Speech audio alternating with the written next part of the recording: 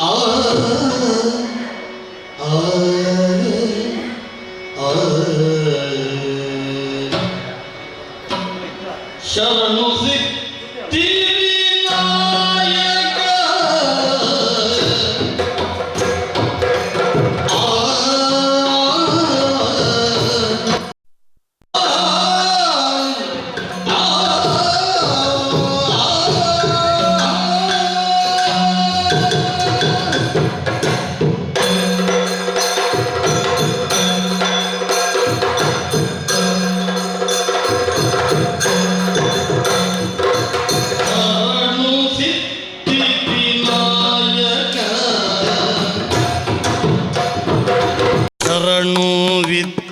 ಪ್ರದಾಯಕ ಶರಣು ಪಾರ್ವತಿ ತನಯ ಮೂರುತಿ ಶರಣು ಮೂಷಿಕ ವಾಹನ ಶರಣು ಸಿದ್ಧಿವಿನಾಯಕ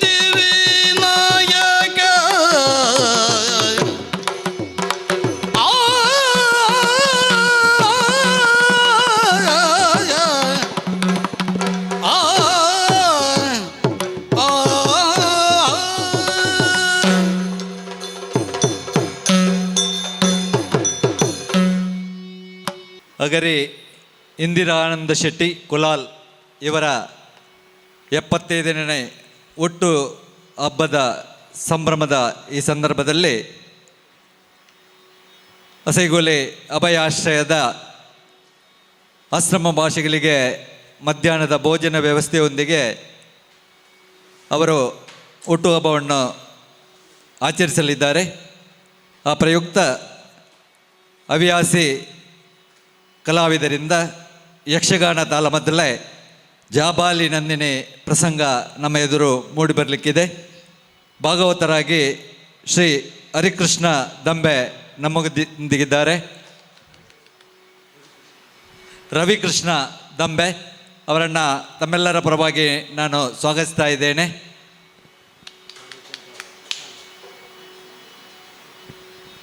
ಶ್ರೀಯುತ ರವೀಂದ್ರೈ ಅರೆಕಲ ಕಲ್ಲಿಮಾರ್ ಇವರು ದಯವಿಟ್ಟು ಅವರಿಗೆ ಶಾಲಿನ ಗೌರವದೊಂದಿಗೆ ಸ್ವಾಗತಿಸಬೇಕಾಗಿ ವಿನಂತಿ ಮಾಡ್ತಾ ಇದ್ದೇನೆ. ಈ ಕಾರ್ಯಕ್ರಮದ ಸಂಘಟಕರು ಹಾಗೂ ಬಂಟರ ಸಂಘ ಉಲ್ಲಾಲ ವಲಯದ ಅಧ್ಯಕ್ಷರಾದಂಥ ಶ್ರೀ ರವೀಂದ್ರೈ ಕಲ್ಲಿಮಾರ್ ಇವರು ಶಾಲಿನ ಗೌರವ ನೀಡ್ತಾ ಇದ್ದಾರೆ. ಹಾಗೆ ಚೆಂಡೆಯಲ್ಲಿ ಸಹಕಾರ ನೀಡಲಿಕ್ಕಿದ್ದಾರೆ ದಯಾನಂದ ಕೋಡಿಕಲ್, ಅವರಿಗೆ ಕೂಡ ರವೀಂದ್ರೈ ಅವರು ಶಾಲಿನ ಗೌರವವನ್ನು ನೀಡಲಿಕ್ಕಿದ್ದಾರೆ. ಮದ್ದಲೆಯಲ್ಲಿ ಶ್ರೀ ರಾಜೇಶ್ ಕುಡುಪಾಡಿ ನಮ್ಮೊಂದಿಗೆ ಇದ್ದಾರೆ. ಚಕ್ರತಾಳದಲ್ಲಿ ಸಹಕರಿಸುವವರು ಶ್ರೀ ಮನೋಜ್, ಇವರೆಲ್ಲಿಗೂ ಸ್ವಾಗತವನ್ನು ಕೋರುತ್ತಾ ಪ್ರಸಂಗದಲ್ಲಿ ಜಾಬಾಲಿಯ ಪಾತ್ರದಲ್ಲಿ ಅರ್ಥಧಾರಿಗಳಾಗಿ ಪ್ರೊಫೆಸರ್ ಭಾಸ್ಕರ್ ರೈ ಕುಕ್ಕೊಲ್ಲಿ ನಮ್ಮೊಂದಿಗಿದ್ದಾರೆ. ಅವರಿಗೆ ಕೂಡ ಶಾಲಿನ ಗೌರವವನ್ನು ನೀಡಬೇಕಾಗಿ ರವೀಂದ್ರ ರೈ ಅವರಲ್ಲಿ ವಿನಂತಿ ಮಾಡ್ತಾ ಇದ್ದೇನೆ.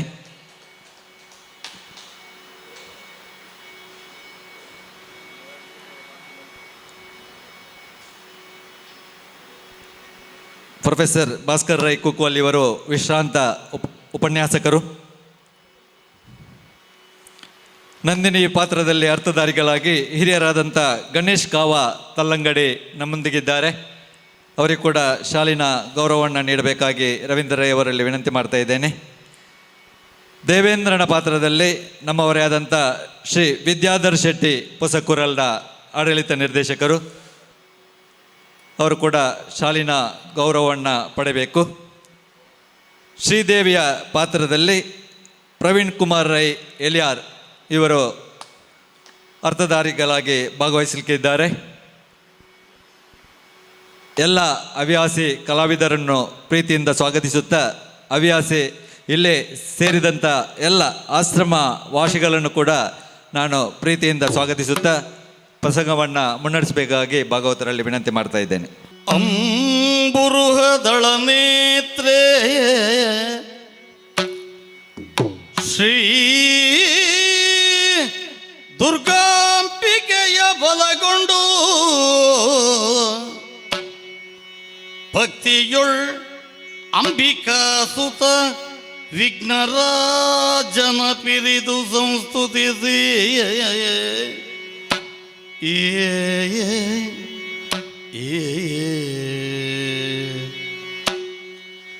ಅಂಬುನಿಧಿಯ ಆತ್ಮಜೆಗೆ ಕೈ ಮುಗಿದು ಅಂಬುಜಾಸನ ವಾಣಿಯರ ಪಾದಾಂಬುಜಕ್ಕೆ ಬೊಡ ಮಾಡುತ್ತ ಬಣ್ಣಿಪನಿ ಕಥಾಮೃತವ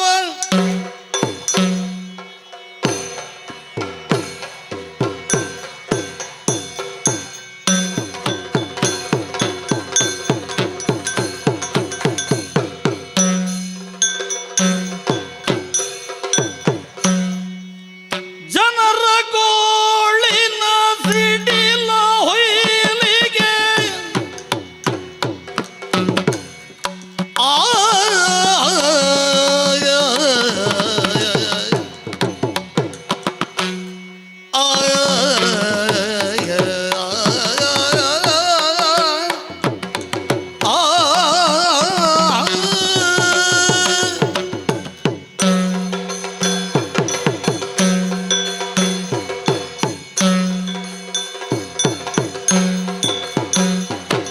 ಜನರ ಗೋಳಿನ ಸಿಡಿಲ ಹೊಯ್ಲಿಗೆ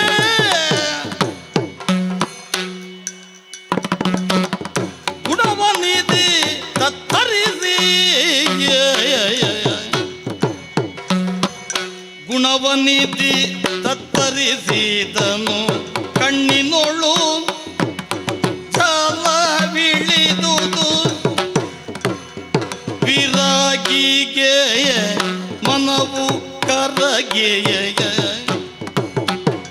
ಜನರ ಗೋಳಿನ ಸಿಡಿಲ ಹೊಯ್ಲಿಗೆ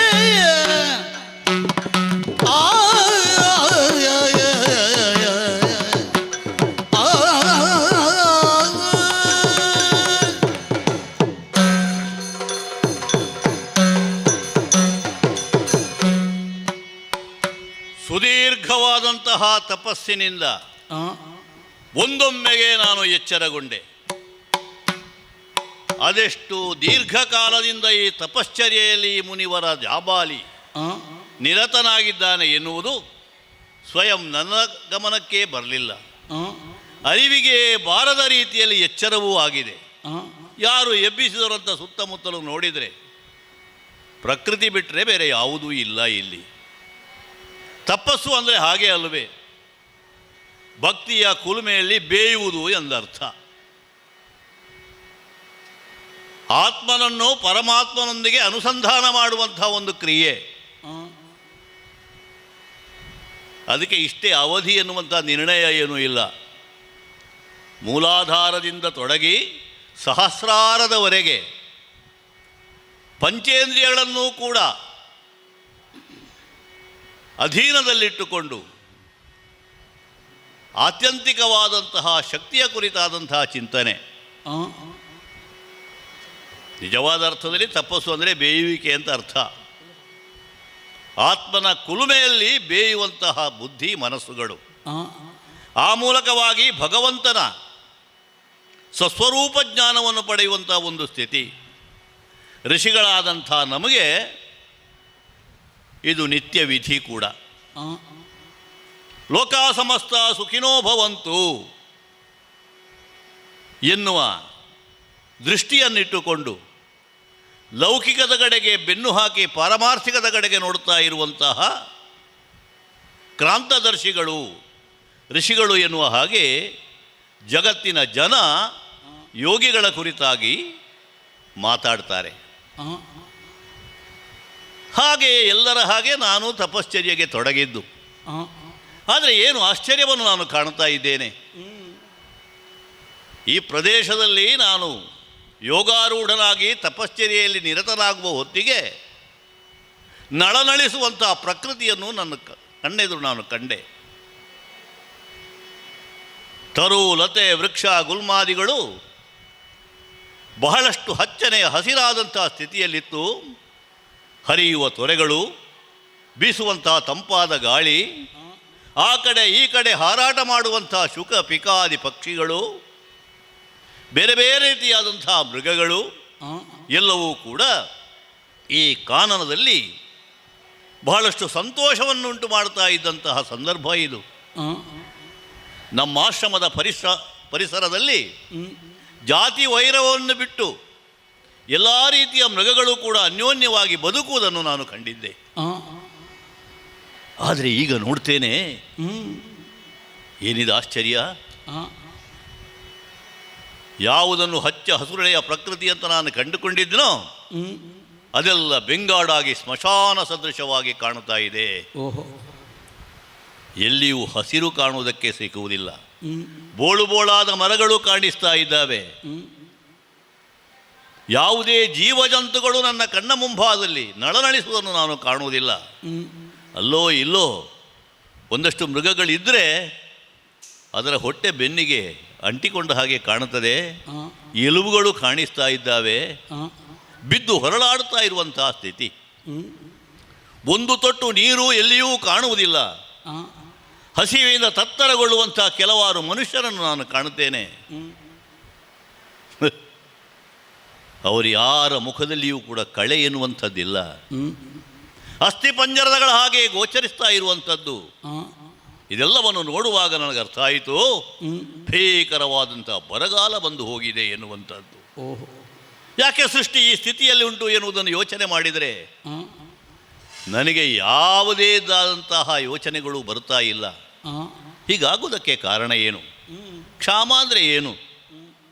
ಪ್ರಕೃತಿಯಲ್ಲಿ ಫಲವಸ್ತುಗಳು ಇಲ್ಲದೇ ಇರುವಂಥದ್ದು, ಮಳೆ ಬಾರದೇ ಇರುವಂಥದ್ದು, ಸಮೃದ್ಧಿ ಎನ್ನುವಂಥದ್ದು ಕನಸಾಗಿರುವಂಥ ಒಂದು ಸ್ಥಿತಿ. ಬತ್ತಿದ ಕೊಳಗಳು, ಸುಡುಗಾಡಿನಂತೆ ಕಾಣುವಂತಹ ಈ ಅರಣ್ಯ, ಅಲ್ಲಿ ಇಲ್ಲಿ ಗೋಗರೆಯುತ್ತಾ ಇರುವಂಥ, ರೋದನವನ್ನು ಮಾಡ್ತಾ ಇರತಕ್ಕಂತಹ ಜೀವಜಂತುಗಳು, ಅದೇ ಅಲ್ಲವೇ ನನ್ನ ಕಣ್ಣ ಮುಂಭಾಗದಲ್ಲಿ ಕಾಣುವುದು. ಅಲ್ಲಿ ನೋಡಿದರೆ ಮನುಷ್ಯರಾಗಿ ಹುಟ್ಟಿದವರು ತಿನ್ನುವುದಕ್ಕೆ ಅನ್ನವಿಲ್ಲದೆ, ಆಹಾರವಿಲ್ಲದೆ ಯಾವುದೋ ಸತ್ತ ನಾಯಿಯ ಮಾಂಸವನ್ನು ತಿನ್ನುವುದನ್ನು ನಾನು ನೋಡ್ತಾ ಇದ್ದೇನೆ. ಹಸಿವು ಎನ್ನುವುದು ಮನುಷ್ಯರನ್ನು ಯಾವ ಹಂತಕ್ಕೂ ತಂದು ನಿಲ್ಲಿಸುವುದಕ್ಕೆ ಸಾಧ್ಯ. ಅಮೇಧ್ಯವನ್ನು ಮೆಲ್ಲುವುದು, ಅಪೇಯವನ್ನು ಪಾನ ಮಾಡುವುದು, ಈ ಒಂದು ಸ್ಥಿತಿಯಲ್ಲಿ ಇವರೆಲ್ಲರೂ ಇರಬೇಕು ಅಂತ ಇದ್ದರೆ ಏನು ಎತ್ತ ಅಂತ ನಾನು ವಿಚಾರಿಸಿದರೆ ಹೇಳ್ತಾರೆ, ಸ್ವಾಮಿ ನಮಗೆ ಬದುಕು ಬೇಡ ಅಂತ ಅನ್ನಿಸ್ತದೆ. ಹಾಗಂತ ಮರಣವೂ ಬರುವುದಿಲ್ಲ. ನಮ್ಮ ಕಣ್ಣೆದುನಲ್ಲೇ ನಮ್ಮ ಹೆಂಡತಿ ಮಕ್ಕಳು ಗೋಳಾಡಿ ಗೋಳಾಡಿ ನೊಂದು ಹೊರಳಾಡಿ ಸಾಯ್ತಾ ಇರುವಂಥ ಸ್ಥಿತಿ ಕಾಣ್ತಾ ಇದೆ. ತಿನ್ನುವುದಕ್ಕೆ ಅನ್ನ ಇಲ್ಲ, ಇರುವುದಕ್ಕೆ ಮನೆ ಇಲ್ಲ, ಮನಸ್ಸಿಗೆ ನೆಮ್ಮದಿ ಎನ್ನುವಂಥದ್ದಿಲ್ಲ. ಕ್ಷಾಮ ಡಾಮರಗಳಿಂದ ನಾವು ಕಂಗೆಟ್ಟು ಹೋಗಿದ್ದೇವೆ ಎನ್ನುವ ಹಾಗೆ ಪ್ರಲಾಪ ಮಾಡ್ತಾ ಇದ್ದಂತಹ ಈ ಜನರನ್ನು ಸಮಾಧಾನ ಪಡಿಸುವುದಾದರೂ ಹೇಗೆ? ಋಷಿಗಳಂದರೆ ಏನು? ಇನ್ನೊಬ್ಬರಿಗೆ ಮಿಡುಕುವಂಥ ಮನವುಳ್ಳವರು ಅಂತ ಅರ್ಥ. ಲೋಕದ ಸಂತೋಷವೇ ನಮ್ಮ ಸಂತೋಷ ಅಂತ ತಿಳ್ಕೊಂಡವರು ನಾವು. ಇದಕ್ಕೇನಾದರೂ ಒಂದು ಪರಿಹಾರವನ್ನುಂಟು ಮಾಡಬೇಕು, ಹುಡುಕಬೇಕು ಎನ್ನುವ ಹಾಗೆ ನಾನು ಯೋಚನೆ ಮಾಡಿದರೆ ಯಾವುದೇ ಯೋಚನೆ ನನಗೆ ಬರ್ತಾ ಇಲ್ಲ. ಏನು ಮಾಡೋಣ?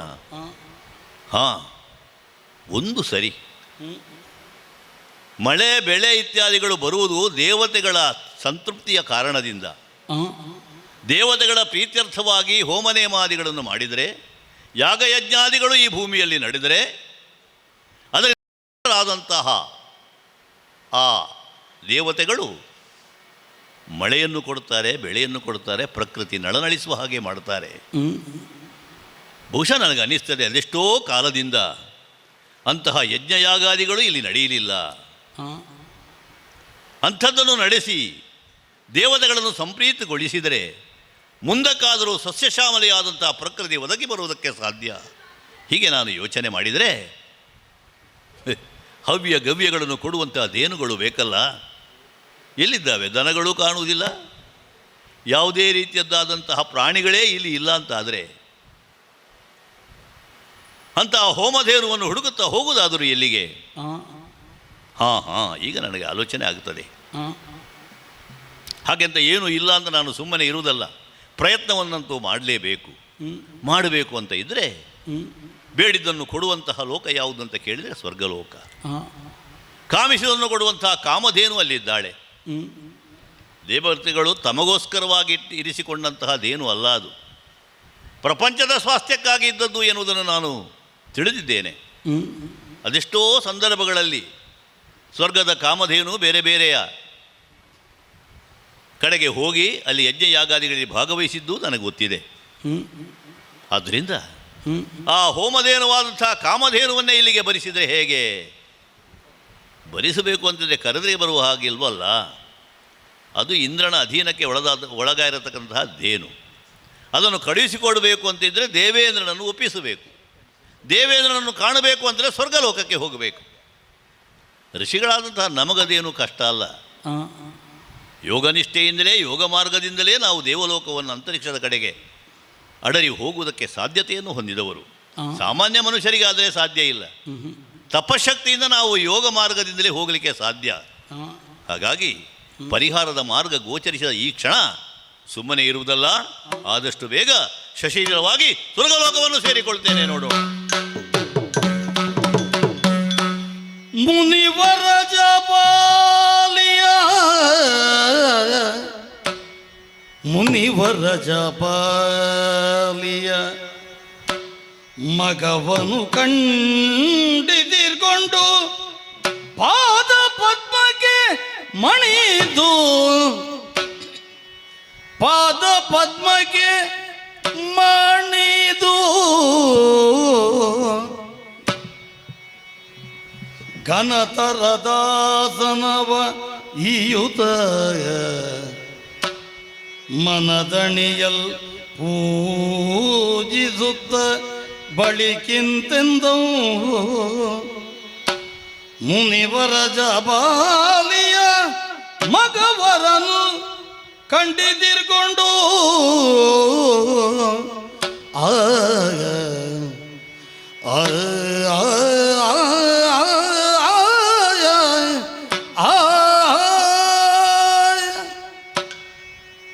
ಕೇಳಿದಿರೇ ಸುಮನರಸರೇ, ಇದು ಪರಂಪರೆಯ ವಾಡಿಕೆ ದೇವೇಂದ್ರನದ್ದು.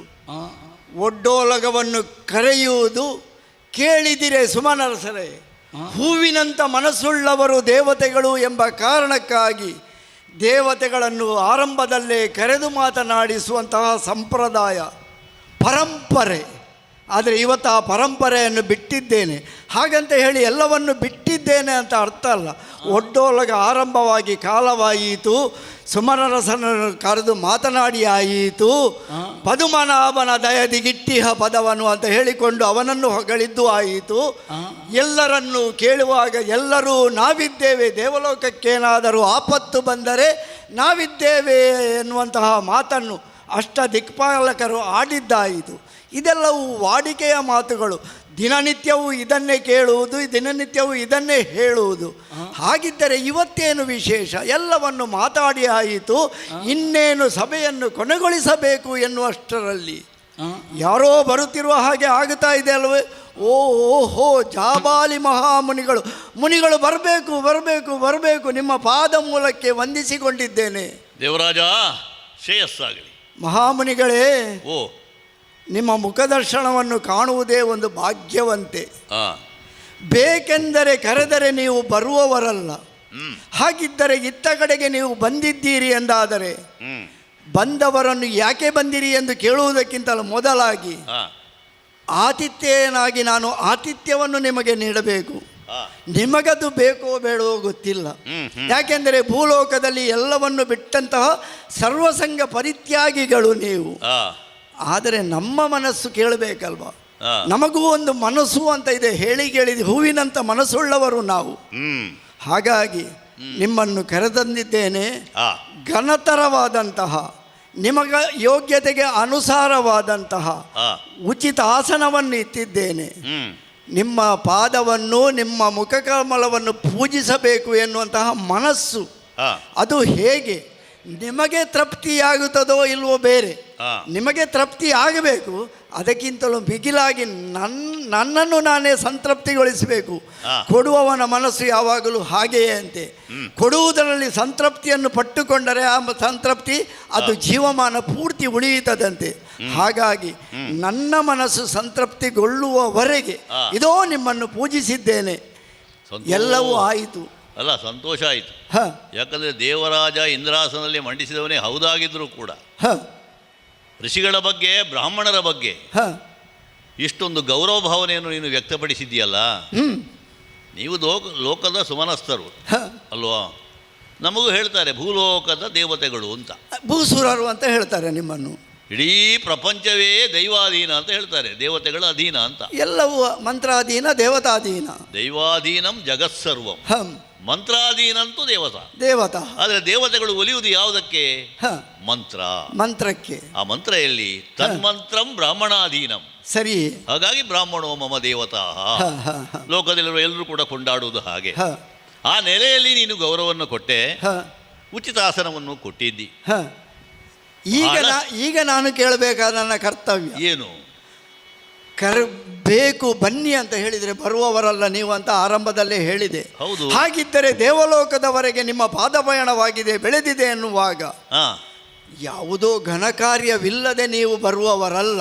ಹಾ ಅದು ದೇವೇಂದ್ರನ ಬಳಿಗೆ ಹಾ ಹೇಳಿ ಕೇಳಿ ದೇವೇಂದ್ರ 3 ಲೋಕಕ್ಕೆ ಒಡೆಯ ಆಳುವವ ಅಂತ ಹೇಳಿಕೊಂಡು ಎಲ್ಲವೂ ನನ್ನ ಅಧೀನದಲ್ಲಿ. ಅದು ನನ್ನ ಅಧೀನದಲ್ಲಿ ಅಂತ ಹೇಳುವಾಗ ನಾನು ಹೆಮ್ಮೆಯಿಂದ ಹೇಳುವುದಲ್ಲ.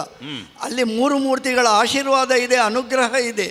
ತಾಯಿ ಆದಿಮಾಯೆಯ ಅನುಗ್ರಹವನ್ನು ಪಡೆದುಕೊಂಡೇ ಈ ಯೋಗ್ಯತೆಯನ್ನು ಪಡೆದವ. ಇದೇನು ನನ್ನ ಪಿತ್ರಾರ್ಜಿತ ಆಸ್ತಿ ಅಲ್ಲ, ಅಲ್ವೇ ಅಲ್ಲ, ಅನುಗ್ರಹ ಭಾಗ್ಯದಿಂದ ದೊರೆತ ಆಸ್ತಿ. ಇಂದ್ರ ಅಂದ್ರೆ ಒಂದು ಪದವಿ ಮಾತ್ರ, ಅದೊಂದು ಪದವಿ ನಿಮಿತ್ತ. ವ್ಯಕ್ತಿಗಳು ಬದಲಾಗ್ತಾ ಇರ್ತಾರೆ.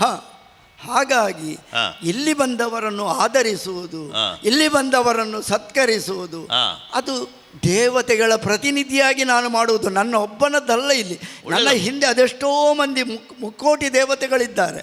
ಅವರೆಲ್ಲರ ಪ್ರತಿನಿಧಿಯಾಗಿ ಈ ಭಾಗ್ಯವನ್ನು ನಾನು ಪಡೆದಿದ್ದೇನೆ, ಸತ್ಕರಿಸಿ ಆಗಿದೆ. ಹಾಗಿದ್ದರೆ ನಿಮ್ಮಲ್ಲಿ ಕೇಳುವುದು ಯಾವಗನ ಕಾರ್ಯಕ್ಕೆ? ಮುನಿವರ ನಿಜ ಪಾಲಿ ಲಾಲಿಪುದು, ಮುನಿವರ ನಿಜ ಪಾಲಿ ಲಾಲಿಪುದು, ನೀವಿದ್ದ ಬಂದಿಹ ಕನತರದ ಕಾರ್ಯಗಳೇ ನಿಹುದು. ಓ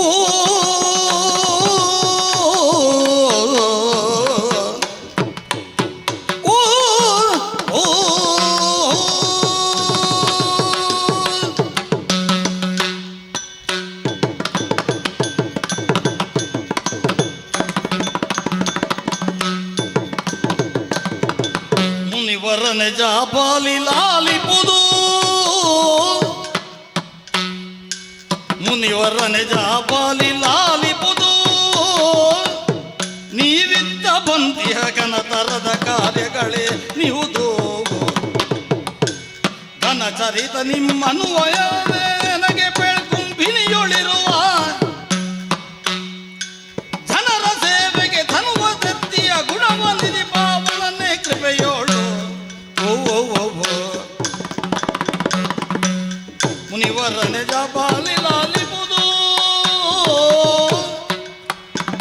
ನೀವಿದ್ದ ಬಂದಿಯ ಕನತರದ ಕಾರ್ಯಗಳೇ ನಿಹುದು.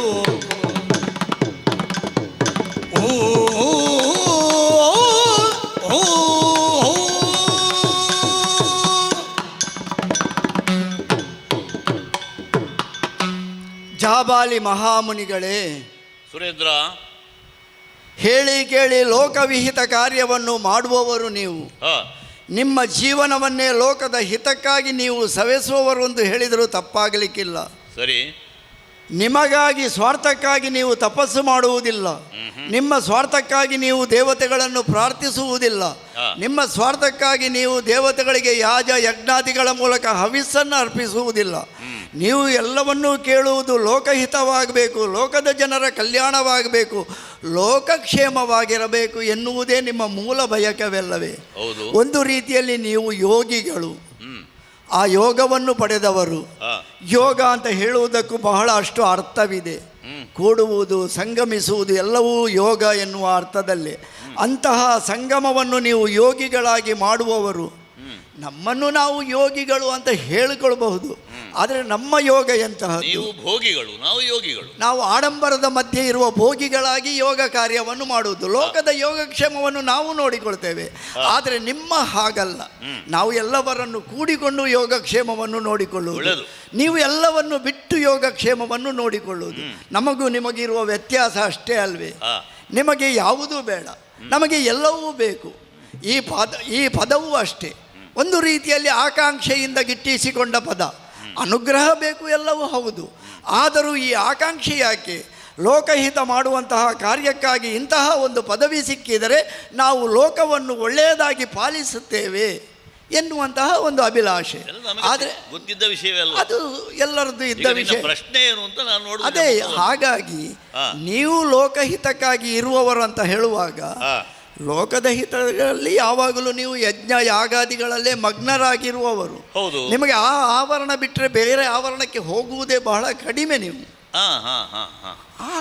ಹಾಗಿರುತ್ತಾ ಅಲ್ಲಿಂದ ಇಲ್ಲಿಯವರೆಗೆ ಬರಬೇಕಿದ್ರೆ ಯಾವುದೋ ಒಂದು ಘನಕರವಾದಂತಹ ಕಾರ್ಯ ಇದೆ ಎನ್ನುವುದು ಸ್ಪಷ್ಟ. ಆದರೆ ಆ ಘನತರದ ಹಿಂದೆ ದೇವಲೋಕಕ್ಕೆ ಬಂದು ದೇವೇಂದ್ರನನ್ನೇ ಕಾಣಬೇಕು ಅಂತ ನೀವು ಬಂದಿರುವುದು ಹೌದಾದರೆ ನಿಮ್ಮ ಅಂತಹ ಘನಕಾರ್ಯ ಏನು? ಲೋಕಕ್ಕೆ ಏನಾದರೂ ಚ್ಯುತಿಯಾಯಿತೆ? ಲೋಕದಲ್ಲಿ ಏನಾದರೂ ಆಗಬಾರದ್ದು ಆಯಿತೆ? ಅಥವಾ ನಿಮ್ಮಿಂದ ಲೋಕಕ್ಕೆ ಮತ್ತೇನಾದರೂ ಕೊಡಲಿಕ್ಕೆ ಇದೆ? ಇದೆಲ್ಲವನ್ನು ಕೇಳಬೇಕಾದುದು ನನ್ನ ಧರ್ಮ ಅಲ್ವೇ? ಹಾಗಾಗಿ ಕೇಳ್ತಾ ಇದ್ದೇನೆ, ಯಾವ ಘನಕರದ ಕಾರ್ಯಕ್ಕಾಗಿ ಬಂದಿರಿ ಸ್ವಾಮಿ?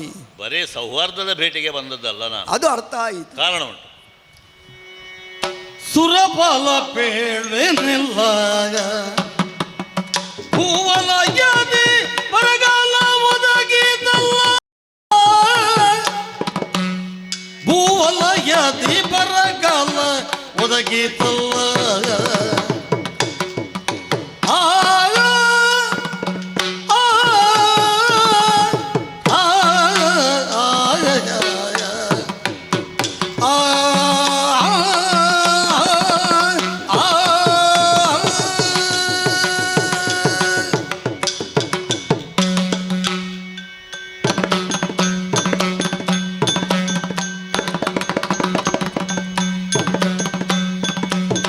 ಸುರಫಲ ಪೇಳ್ವೆನೆಲ್ಲ, ಸುರಫಲ ಪೇಳ್ವೆನೆಲ್ಲ, ಭೂವಲ ಯಾದಿ ಬರಗಾಲ ಒದಗಿದಲ್ಲ, ಭೂವಲ ಯಾದಿ ಬರಗಾಲ ಒದಗಿದಲ್ಲ. ಹರನು ಕೊಲ್ಲುವ ಕಾಲ ಪರರು ಕಾಯುವರುಂಟೆಯೇ, ಹರನು ಕೊಲ್ಲುವ ಕಾಲ ಪರರು ಕಾಯುವರುಂಟೆ, ಹರಿಹರಿಸೆಂದು ಸೇರಿರುವೆ ನಾಶಯಕ್ಕಾಗಿಯೇ. ಸುರಫಲ ಪೇಳ್ವೆನೆಲ್ಲ, ಭೂವಲ ಯಾದಿ ಬರಗಾಲ ಒದಗಿತಲ್ಲ.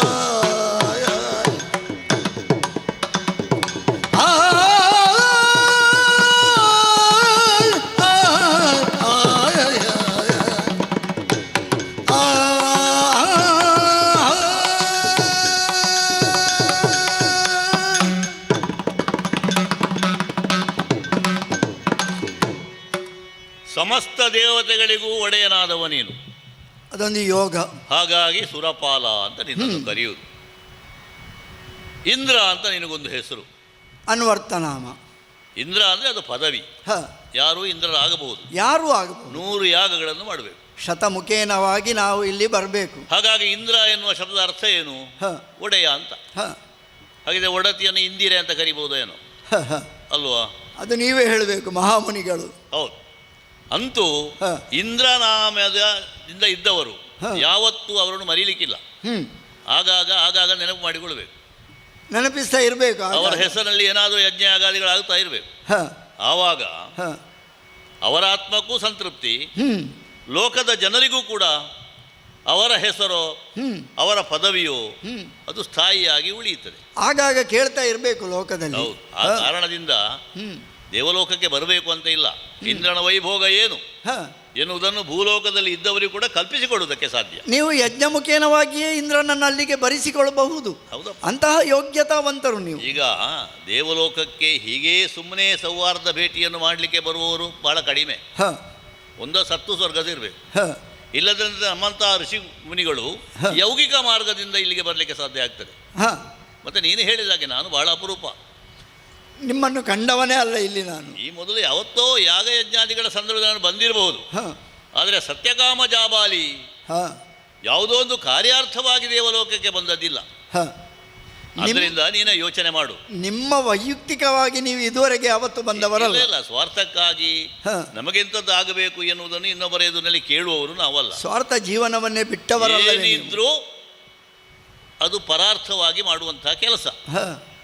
ಲೋಕದ ಸಂತೋಷಕ್ಕೆ ನಾವು ಸಂತೋಷ ಪಡ್ತೇವೆ, ಲೋಕದ ಸಂತೋಷದಲ್ಲಿ ನಿಮ್ಮ ಸಂತೋಷ. ಲೋಕದ ಕಷ್ಟಕ್ಕೆ ನಾವು ಮರುಗುತ್ತೇವೆ. ಲೋಕಕ್ಕೆ ಕಷ್ಟ ಬಂದರೆ ಯಾವ ಮಾರ್ಗದಿಂದಲಾದರೂ ಕೂಡ ಪರಿಹರಿಸುವ ಪ್ರಯತ್ನ ನಾವು ಮಾಡಬೇಕು. ಸರಿಯೇ. ಈಗಿನ ಲೋಕದ ಪರಿಸ್ಥಿತಿ ಹಾಗಾಗಿದೆ ಇಂದ್ರ. ಏನಾಗಿದೆ?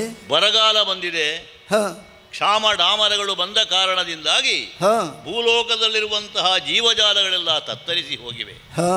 ಮನುಷ್ಯರಿಗೆ ತಿನ್ನುವುದಕ್ಕೆ ಅನ್ನ ಇಲ್ಲ, ಆಹಾರಕ್ಕೆ ಗತಿ ಇಲ್ಲ, ತೊರೆ ಕೆರೆಗಳೆಲ್ಲ ಬತ್ತಿ ಹೋಗಿದೆ, ಕುಡಿಯುವುದಕ್ಕೆ ಜೀವಜಲ ಎನ್ನುವುದು ಸಿಗುತ್ತಾ ಇಲ್ಲ. ಪ್ರಾಣಿ ಪ್ರಪಂಚವೇ ನಾಶವಾಗುವಂತಹ ಸ್ಥಿತಿ. ಮನುಷ್ಯರಾದರೂ ಹಸಿವಿನ ಕಾರಣದಿಂದಾಗಿ ಯಾವುದನ್ನು ತಿನ್ನಬಾರದು ಅಂಥದ್ದನ್ನು ತಿನ್ನುವುದಕ್ಕೆ ತೊಡಗುತ್ತಾ ಇದ್ದಾರೆ. ಅಷ್ಟೊಂದು ಹೇಯ ಕೃತ್ಯಕ್ಕೆ ಇಳಿದಿದ್ದಾರೆ. ಹೌದಪ್ಪ, ಪ್ರಕೃತಿ ಬಣಗುಟ್ಟುತ್ತಾ ಇದೆ ಸ್ಮಶಾನ ಸದೃಶವಾಗಿ. ನಿಮ್ಮ ಮಾತು ಕೇಳುವಾಗ ಪ್ರಕೃತಿ ಅಸಮತೋಲನವಾಗಿದೆ. ಇದಕ್ಕೆ ದೈವಗಳು ಮುನಿದಿವೆ ಅಂತ ಹೇಳ್ಬಹುದು. ಹೇಳುವಾಗ ಪರಕಾಯುವನೆ ಅಂತ ಒಂದು ಮಾತು ಉಂಟು. ದೇವರೇ ಮುನಿದು ನಿಂತು ಪ್ರಪಂಚವನ್ನು ಸುಡುತ್ತೇನೆ ಅಂತ ಮುಂದೆ ಬಂದ್ರೆ ಯಾರಿಗೂ ಅಂಗೈ ಕೊಟ್ಟು ರಕ್ಷಣೆ ಮಾಡುವುದಕ್ಕೆ ಸಾಧ್ಯ ಇಲ್ಲ. ಗುರು ಒಬ್ಬ ಕಾಯ್ತಾನಂತೆ. ಆದರೂ ಅದು ಒಂದು ಮಾತುಂಟು, ಹರಕೊಲ್ಲಲು ಗುರು ಕಾಯುವನೇ. ನಮ್ಮಲ್ಲಿ ಆ ಗುರುತ್ವವನ್ನು ಲೋಕ ನೋಡಿದೆ. ಆ ಕಾರಣದಿಂದ ಲೋಕದ ಸಂಕಷ್ಟವನ್ನು ಪರಿಹರಿಸಬೇಕು ಎನ್ನುವಂಥ ಉದ್ದೇಶವನ್ನು ಇಟ್ಟುಕೊಂಡು ಈ ಲೋಕಕ್ಕೆ ಬರಬೇಕಾಯ್ತಯ್ಯ. ಲೋಕದ ಕಷ್ಟವನ್ನು ಕಂಡು ಮಮ್ಮಲ ಮರುಗಿ ಇಲ್ಲಿಯವರೆಗೆ ನೀವು ಬಂದಿದ್ದೀರಿ. ಹೌದು, ದೇವೇಂದ್ರನಲ್ಲಿ ಈ ವಿಷಯವನ್ನು ಹೇಳ್ತಾ ಇದ್ದೀರಿ. ಮಹಾಮುನಿಗಳೇ, ಜನರ ದುಷ್ಕೃತ್ಯವಿದು ಮುನಿಪಾಲ. ಏನೋ ಜನರ ದುಷ್ಕೃತ್ಯವಿದು ಮುನಿಪಾಲ.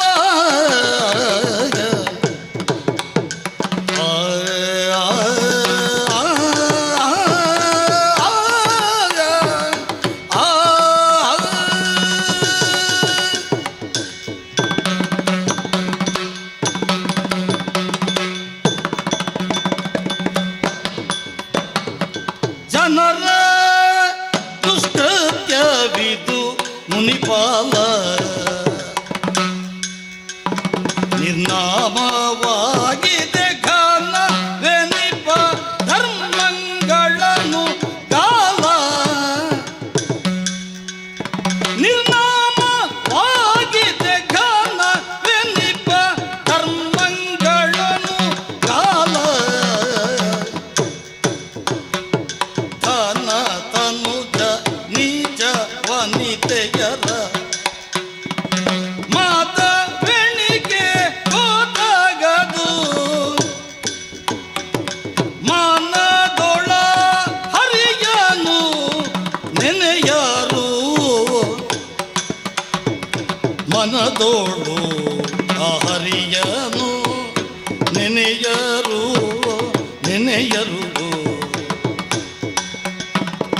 ದಿನವೂ ವೈದಿಕ ಧನ ಯಜನ ಯಾಗಾದಿಗಳು ಇಲ್ಲವೂ. ಯಜನ ಯಾಗಾದಿಗಳು ಇಲ್ಲವೋ. ಜನರ ದುಷ್ಕೃತ್ಯವಿದು ಮುನಿಪಾಲ.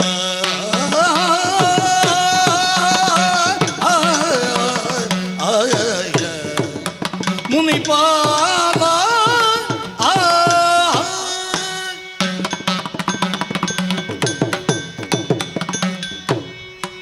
ಗೋಪಾಲ, ಇಂದ್ರ, ಜನರಿಗೆ ಕಷ್ಟ ಬಂದಿದೆ, ಅಲ್ಲಿ ಕಷ್ಟ ಕಾರ್ಪಣ್ಯ ಒಡರಿದೆ, ಕ್ಷಾಮ ಡಾಮರವಾಗಿ ಇದೆ. ಹೌದು. ಬಹುಶಃ ಭೂಮಿಯ ಬಿಸಿ ಇಲ್ಲಿಗೂ ತಟ್ಟಿದೆ ಏನೋ ನನಗೂ ಭಾಸವಾಗ್ತಾ ಇದೆ. ಆದರೆ ನಾವಷ್ಟು ಸೂಕ್ಷ್ಮವಾಗಿ ಗಮನಿಸಲಿಕ್ಕೆ ಹೋಗಲಿಲ್ಲ.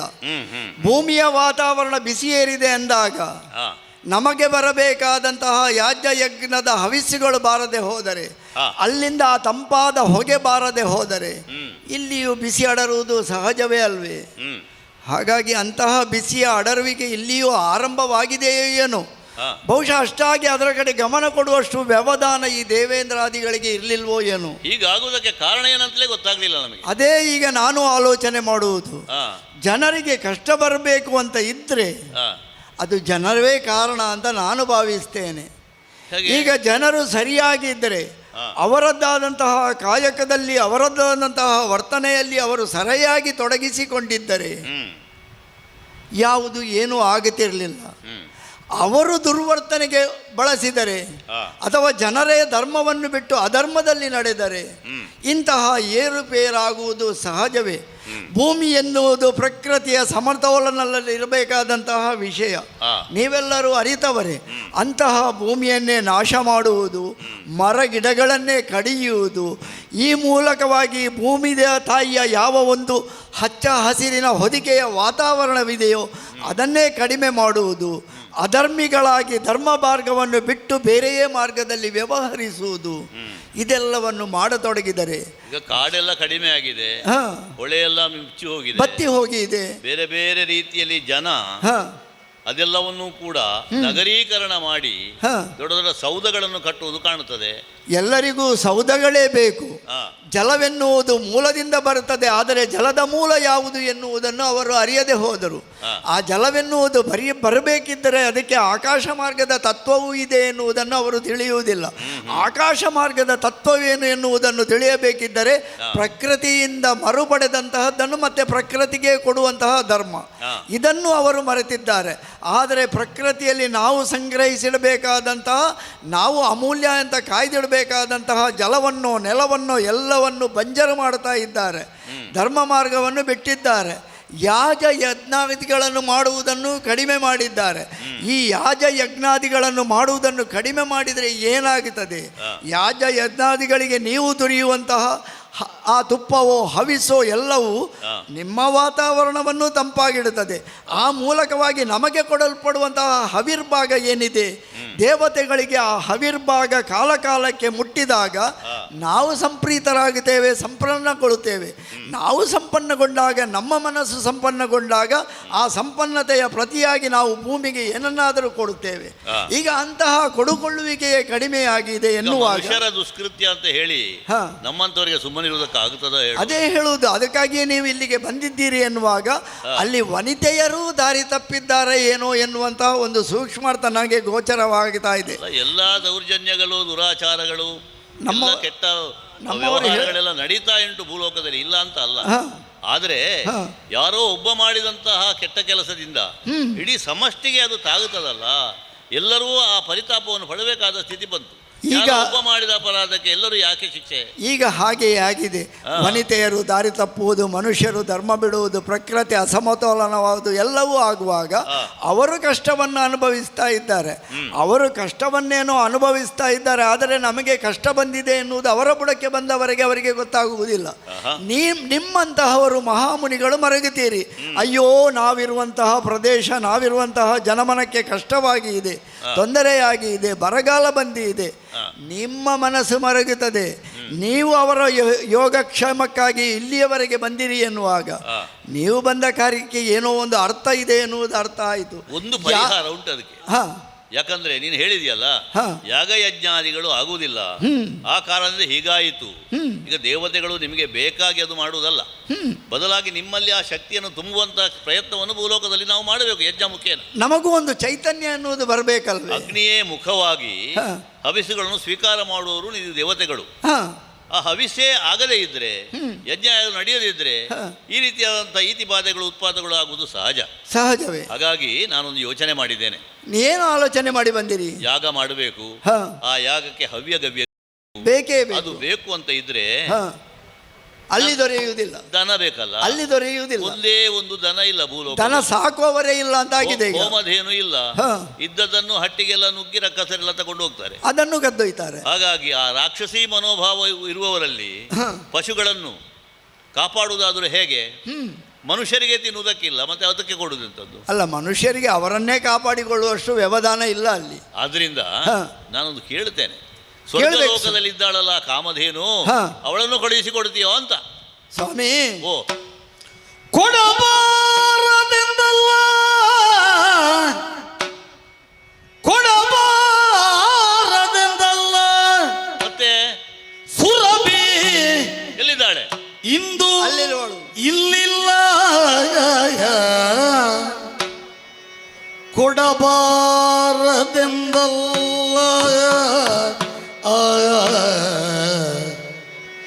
ಸುರಭಿ ಇಂದು ಇಲ್ಲಿಲ್ಲ.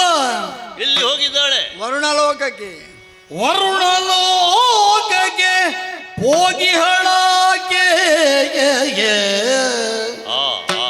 ವರುಣ ಲೋಕಕ್ಕೆ ಹೋಗಿಗಳಾಕೆ. ಸುರವಿಜೆ ನಂದಿನಿಯ ಒಡಂಬಡಿಸಿ, ಯಾರು ಯಾರು? ಸುರವಿಜೆ ನಂದಿನಿಯ ಒಡಂಬಡಿಸಿ ಕರೆದೊಯ್ಯೋ ಭೂವಲಯಕ್ಕೆ, ಕರೆದೊಯ್ಯೋ ಭೂವಲಯಕ್ಕೆ ಮುನಿವರಿಯನೇ. ಕೊಡಬಾರದೆಂದಿಲ್ಲ ಸುರಭಿ ಇಂದು ಇಲ್ಲಿಲ್ಲ,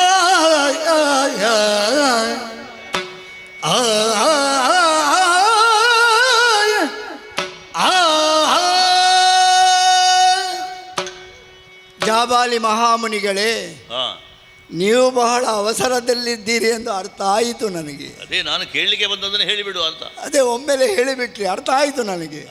ಹಾಗಾಗಿ ನಿಮ್ಮನ್ನು ತಡ ಮಾಡುವುದು, ಕಾಯಿಸುವುದು ಸರಿಯಲ್ಲ. ನೀವೀಗ ಬಂದದ್ದು ಇಲ್ಲಿ ಕಾಮಧೇನುವಿಗಾಗಿ. ಅಲ್ಲಿ ಯಾಜ ಯಜ್ಞಾದಿಗಳನ್ನು ಮಾಡಬೇಕಿದ್ರೆ ನಿಮಗೆ ಅಲ್ಲಿ ಸರಿಯಾದ ತೇನು ಸಿಗುತ್ತಾ ಇಲ್ಲ. ಆದಷ್ಟು ಬೇಗ ಯಾಗಾದಿಗಳು ಆಗಬೇಕು ಎನ್ನುವುದು ಅರ್ಥ ಆಯಿತು ನನಗೆ. ಹಾಗಾಗಿ ಈಗ ನೀವು ಕೇಳಿದಂತಹ ಕಾಮಧೇನು ಇಲ್ಲಿಲ್ಲ. ಅವಳು ಕಾರ್ಯನಿಮಿತ್ತವಾಗಿ ವರುಣಲೋಕಕ್ಕೆ ಹೋಗಿದ್ದಾಳೆ. ವರುಣ ಕರೆಸಿಕೊಂಡಿದ್ದಾಳೆ. ಅವನದ್ದಾದಂತಹ ಯಾಜ ಯಜ್ಞಾದಿಗಳಿಗೆ ಕಾಮಧೇನುವೇ ಬೇಕು ಎನ್ನುವಾಗ ನಾವು ಕಳಿಸದೆ ಕೊಡದೆ ಇರಲಿಕ್ಕೆ ಆಗುವುದಿಲ್ಲ. ಯಾಕೆಂದರೆ ನಮ್ಮ ಅಧೀನದಲ್ಲಿ ಎಲ್ಲವೂ ಬರ್ತದೆ ಅಲ್ಲವೇ. ಅವನು ಮಾಡುವುದು ಲೋಕಹಿತಕ್ಕಾಗಿ ಎನ್ನುವಾಗ ಕಾಮಧೇನು ಅಲ್ಲಿ ಹೋಗಿದ್ದಾಳೆ. ಹೋದವಳು ಯಾವಾಗ ಬರ್ತಾಳೆ ಎನ್ನುವುದು ನಮಗೂ ವರ್ತಮಾನ ಇಲ್ಲ. ಈಗ ನೀವು ಬಂದ ಕಾರ್ಯಕ್ಕಾಗಿ ನನ್ನ ಬಳಿಯಲ್ಲಿ ಒಂದು ಉಪಾಯ ಇದೆ. ಈಗ ನಾನು ಕೇಳಿದ್ದಕ್ಕೆ ಕಾಮಧೇನು ಇಲ್ಲ ಅಂತ ಆದ್ರೆ ನಾನು ಬರಿಗೈಯಿಂದ ಹೋಗುದಾ? ಇದೆ, ಉತ್ತರ ಇದೆ. ನೀವು ಹತಾಶರಾಗಬೇಕಾಗಿಲ್ಲ. ನಿಮ್ಮನ್ನು ಅವಸರವಾಗಿ ಕಳುಹಿಸುವಂತಹ ಹೊಣೆಗಾರಿಕೆ ನನಗೂ ಇದೆ. ಆದರೆ ಅಷ್ಟು ಅವಸರವಾಗಿ ಅಲ್ಲ.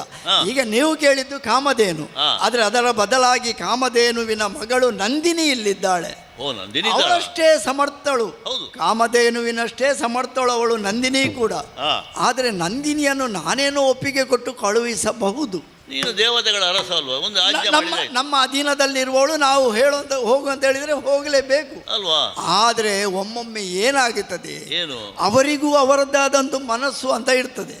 ಆ ಮನಸ್ಸಿನಲ್ಲಿ ಅವರು ಮನಸ್ಸಿಟ್ಟು ನಿಮ್ಮ ಕಾರ್ಯಕ್ಕೆ ಬರಬೇಕಿದ್ರೆ, ಈಗ ನೀವು ನನ್ನನ್ನು ಬಂದು ಒಲಿಸಿಕೊಂಡ್ರಿ, ನನಗೆ ನಿಮ್ಮ ಕಾರ್ಯ ಅರ್ಥ ಆಯಿತು, ನಾನು ಒಪ್ಪಿಗೆ ಕೊಟ್ಟೆ, ನಂದಿನಿಯನ್ನು ಕಳುಹಿಸ್ತೇನೆ ಅಂತ ಹೇಳಿಕೊಂಡು.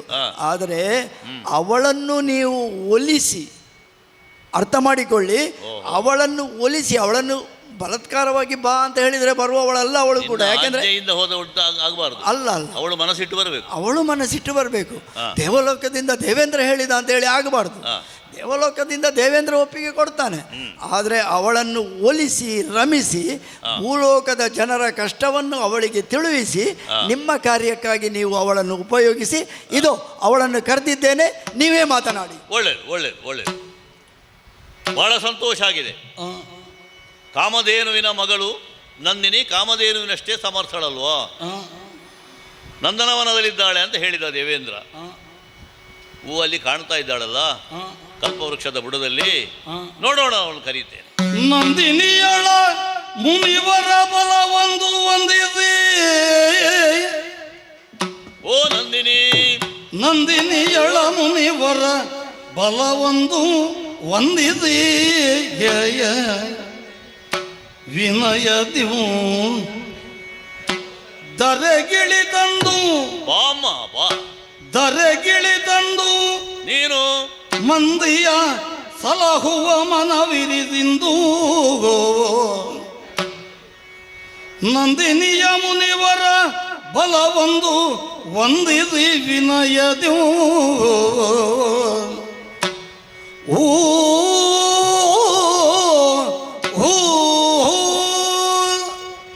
ನಂದನವನದಲ್ಲಿ ಕಲ್ಪವೃಕ್ಷದ ಬುಡದಲ್ಲಿ ಹಾಯಾಗಿ ಮೊಳಗಿದ್ದಾಳೆ ನಂದಿನಿ ದೇವಿ. ಕಾಮಧೇನುವನ್ನು ನಾನು ಕಂಡವ. ಇವಳನ್ನು ನೋಡಿ ಅವಳನ್ನು ನೋಡಬೇಕಾದದ್ದಿಲ್ಲ. ತಾಯಿಯಂತೆ ಮಗಳು ಹಾಯಾಗಿ ಮಲಗಿರತಕ್ಕಂಥ ಇವಳು ನನ್ನ ಬರೋಣವನ್ನು ದೂರದಿಂದಲೇ ಕಂಡ ಹಾಗುಂಟು. ಹತ್ತಿರ ಬಂದರೆ ಯಾವುದೇ ರೀತಿಯದ್ದಾದಂಥ ಪ್ರತಿಕ್ರಿಯೆ ಕಾಣುವುದಿಲ್ಲ. ಇವಳನ್ನು ಒಲಿಸಿಕೊಳ್ಳಬೇಕಾದದ್ದು ನನಗೆ ಕರ್ತವ್ಯ.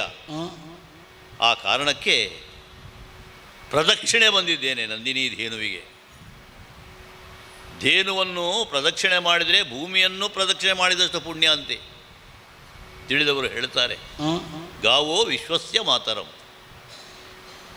ಗೋಮಾತೆ ಅಂದರೆ ಸಾಮಾನ್ಯರಾದವಳಲ್ಲ.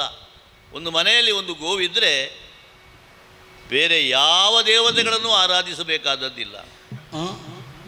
ಗೋವಿನ 2 ಕಣ್ಣುಗಳಲ್ಲಿ ಸೂರ್ಯ ಚಂದ್ರರಿರ್ತಾರೆ. ಆಕೆಯ ಮುಖಾರವಿಂದದಲ್ಲಿ 3 ಮೂರ್ತಿಗಳನ್ನು ಕಾಣುವುದಕ್ಕೆ ಸಾಧ್ಯ.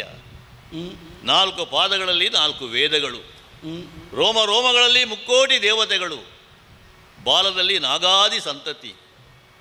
ಹೀಗಿರುವಂತಹ ದೇವಿ ಆ ಧೇನು ಎನ್ನುವಂಥದ್ದು ವಿಶ್ವಮಾತೆ ಎನ್ನುವುದು ಸತ್ಯವೇ. ಆ ಕಾರಣದಿಂದ ಸಾಕ್ಷಾತ್ ವಿಶ್ವಜನನಿಯ ದರ್ಶನ ಆಯಿತು ಎನ್ನುವ ಕಾರಣಕ್ಕಾಗಿ ಈ ನಂದಿನಿ ಧೇನುವನ್ನು ಬಲಬಂದು ಆಕೆಯನ್ನು ಪ್ರಾರ್ಥಿಸ್ತೇನೆ. ಅಮ್ಮ ನಂದಿನಿ ಜಯ ಜಯ ಜಯ ಜಯ ಜಯ. ಯಾರು? ನಾನಮ್ಮ ಜಾಬಾಲಿ ಋಷಿ. ಓಹೋ, ನಿನ್ನನ್ನು ಪ್ರಾರ್ಥಿಸಿ ಒಲಿಸಿ ಅದೋ ಭೂಲೋಕಕ್ಕೆ ಕರೆದುಕೊಂಡು ಹೋಗುವುದಕ್ಕೆ ನಾನು ಬಂದಿದ್ದೇನೆ. ಭೂಲೋಕದ ಜನ ಬರಗಾಲದಿಂದ ಪೀಡಿತರಾಗಿ ತತ್ತರಗೊಟ್ಟುತ್ತಾ ಇದ್ದಾರೆ. ಅವರೆಲ್ಲವರಿಗೂ ಕೂಡ ಸಂತೋಷವನ್ನುಂಟು ಮಾಡುವುದಕ್ಕೆ, ಯಾಗಯಜ್ಞಾದಿಗಳನ್ನು ನಮ್ಮಂತಹ ಋಷಿಗಳಿದ್ದು ಮಾಡುವುದಕ್ಕೆ, ಅಗತ್ಯವಾದಂತಹ ಹವ್ಯಗವ್ಯಗಳನ್ನು ಒದಗಿಸುವುದಕ್ಕೆ ನೀನೊಮ್ಮೆ ಇಳಿದು ಬರಬೇಕು ತಾಯಿ ಭೂಲೋಕಕ್ಕೆ. ಮುನಿವರರೇ, ಓ ಗರುವಿಯಾದ ದುರುಳ ಜನರ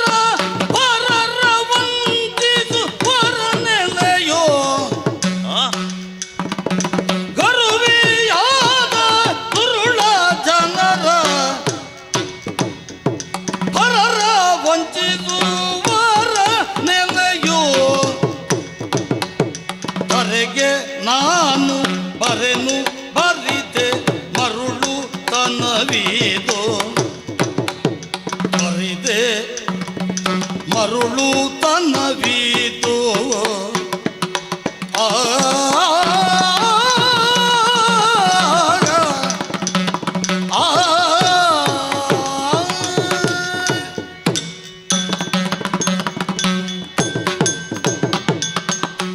ಜಾಬಾಲಿ ಮಹರ್ಷಿಗಳೇ, ಅಮ್ಮ ನಿಮ್ಮನ್ನು ಕೇವಲ ಜಾಬಾಲಿ ಅಂತ ಕರೆಯುವುದಕ್ಕಿಂತ ನೀವೇ ಹೇಳಿದಂತೆ ನಿಮ್ಮ ಪೂರ್ವ ಹಿನ್ನೆಲೆಯನ್ನು ಅರಿತೇ ಅಲ್ಲಿ ಸೇರಿಸಿಯೇ ಮಾತಾಡಿದ್ರೆ ಒಳ್ಳೆಯದು. ಹೌದು, ಸಾಮಾನ್ಯ ಜಾಬಾಲಿ ಅಲ್ಲ, ಸತ್ಯಕಾಮ ಜಾಬಾಲಿ ತಾವುಗಳು. ಸತ್ಯವನ್ನೇ ಕಾಮಿಸುವ. ಆಹಾ, ಒಂದು ಕಾಲದಲ್ಲಿ ತಮ್ಮದ್ದಾದಂತಹ ಪೂರ್ವಾಶ್ರಮದ ವಿದ್ಯಾಭ್ಯಾಸದ ಸಮಯದಲ್ಲಿ ತಾನು ಜಾಬಾಲಿ ನಂದಿನಿ ಅಥವಾ ಜಾಬಾಲಿಯ ಸುಕುಮಾರ ಎಂಬುದನ್ನು, ಆಕೆಯ ಹಿನ್ನೆಲೆಯನ್ನು ಹೇಳಿಯಲ್ಲಿ ಹಿಂಜರಿಯದೆ ಗುರುವಿನಲ್ಲಿ ಸತ್ಯವನ್ನೇ ಹೇಳಿದ್ದರಿಂದಲೇ ತಾವು ಸತ್ಯಕಾಮ ಜಾಬಾಲಿ ಎಂದೇ ಪ್ರಸಿದ್ಧರಾದವರು. ಹೌದಮ್ಮ. ಏನೇ ಇರಲಿ, ನಿಮ್ಮನ್ನು ಇಲ್ಲಿ ಕಂಡು ನನಗೆ ಆಶ್ಚರ್ಯವಾಗಿ ಹೋಯಿತು. ಯಾಕೆ ಅಂತ ಕೇಳಿದರೆ, ದೇವಲೋಕಕ್ಕೆ ನಿಮ್ಮದ್ದಾದಂಥ ಆಗಮನ ಅದು ಅಪೂರ್ವವೂ ಅಲ್ಲ, ಅಥವಾ ಅನಿರೀಕ್ಷಿತವೂ ಅಲ್ಲ. ಆಗಾಗ ಯಜ್ಞ ಮುಖೇನವ ಅಥವಾ ದೇವೇಂದ್ರನ ಕೋರಿಕೆಯಂತೋ ನೀವು ದೇವಲೋಕಕ್ಕೆ ಆಗಮಿಸುವುದು ಉಂಟು. ಹಾಗೆಂದುಕೊಂಡು ದೇವಲೋಕದ ಸುಧರ್ಮ ಸಭೆಯ ಅಧ್ಯಕ್ಷನಾದಂಥ ಇಂದ್ರನಲ್ಲಿ ನಿಮ್ಮದ್ದಾದಂಥ ಮಾತುಕತೆಯೋ ಅವನದ್ದಾದಂಥ ಸಲಹೆ ಸೂಚನೆಯೋ ಬಿಟ್ಟರೆ ಕೇವಲ ನಂದಿನಿ ಅಲ್ಲಿಗೆಯೋ ಅಥವಾ ಕಾಮಧೇನುನಲ್ಲಿಗೆ ನೇರವಾಗಿ ಬಂದದ್ದು ಬಹಳ ಕಡಿಮೆ. ಹಾಗೆಂದುಕೊಂಡು ಇಂದು ನೀವು ಬರ್ತಾ ಇದ್ದೀರಿ, ಇಲ್ಲಿ ಬಂದು ನನ್ನಲ್ಲಿ ಹೇಳುತ್ತಾ ಇದ್ದೀರಿ, ನಂದಿನಿ ಭೂಲೋಕದಂತಹ ಒಂದು ಅವ್ಯವಸ್ಥೆಯ ಗೂಡಾಗಿ ಹೋಗಿದೆ. ಹೌದು, ಅದಕ್ಕೆ ಬೇಕಾಗಿ ಒದಗಿಸಿಕೊಡುವಂತಹ ಸೋಪಸ್ಕರದ ದ್ಯೋತಕವಾಗಿ ನೀನು ಅಲ್ಲಿಗೆ ಬರಬೇಕು. ಸ್ವಾಮಿ, ನೀವೇನು ತಿಳಿಯದವರೇನಲ್ಲ, ಸಕಲವನ್ನೂ ಬಲ್ಲಂತ ಜ್ಞಾನಿ. ಲೋಕಹಿತಾರ್ಥವಾಗಿ ತಮ್ಮ ತನುವನ್ನೇ ತೆತ್ತಹಂತ ಮಹಾನುಭಾವತ ಅವರು. ಲೋಕ ವರ್ತಮಾನ ಆಗಿ ಉಂಟೇ ಸ್ವಾಮಿ. ಒಂದು ಕಾಲದಲ್ಲಿ ತಪೋಭೂಮಿ ಎನಿಸಿಕೊಂಡಂತಹ ಭಾರತ ಕಂಡ, ಒಂದು ಕಾಲದಲ್ಲಿ ಯೋಗಭೂಮಿ ಎನಿಸಿಕೊಂಡಂತಹ ಭರತ ಕಂಡ, ಒಂದು ಕಾಲದಲ್ಲಿ ಧರ್ಮಭೂಮಿ ಎನಿಸಿಕೊಂಡಂತಹ ಆ ಭರತ ಕಂಡ. ವರ್ತಮಾನದ ಸ್ಥಿತಿ ಏನಾಗಿ ಹೋಗಿದೆ? ಏನಾಗಿದೆ? ವಂಚಕರು, ಮೋಸಗಾರರು, ಸ್ವಾರ್ಥಿಗಳು ತುಂಬಿರುವಂತಹ ಲೋಕಕ್ಕೆ ನಾನು ಬರಬಹುದೇ ಸ್ವಾಮಿ, ಬರಬಹುದೇ? ಏನಮ್ಮ ಎಲ್ಲರನ್ನೂ ದೃಷ್ಟಿಯಲ್ಲಿಟ್ಟುಕೊಂಡು ಹೋಗ್ತಿ. ಏನಾದ್ರೂ ಒಬ್ಬರು ಅಂತವ್ರು ಇದ್ರೆ ಅದಕ್ಕೇನೊಂದು ಉದಾಹರಣೆ ಸಾಕ್ಷಿ ಏನಾದ್ರು ಕೊಡಬೇಡುವ? ಇದ್ದಾನಲ್ಲ, ಯಾರು? ಧರಣೀಶ. ಧರಣೀಶನ ಕಾರ್ತವೀರ್ಯ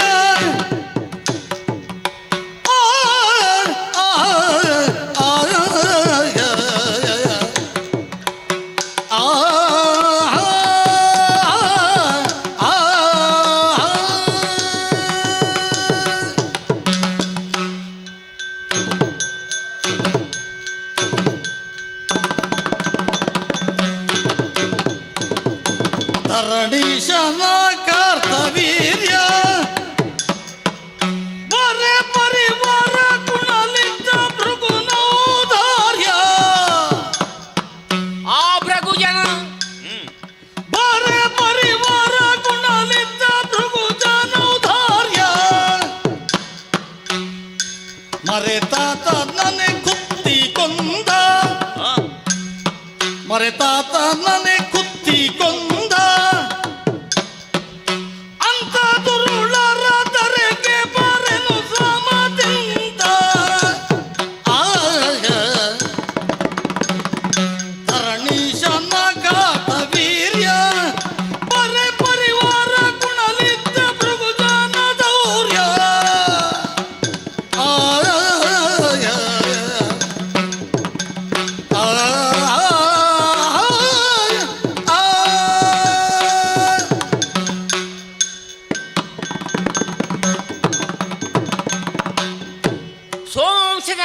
ಯಯಾತಿಯ ಕವಲಡಿದ ಒಂದು ಅಂಶಸ್ಥನಾಗಿ ಹುಟ್ಟಿದವರೇ ಐಹಯರು.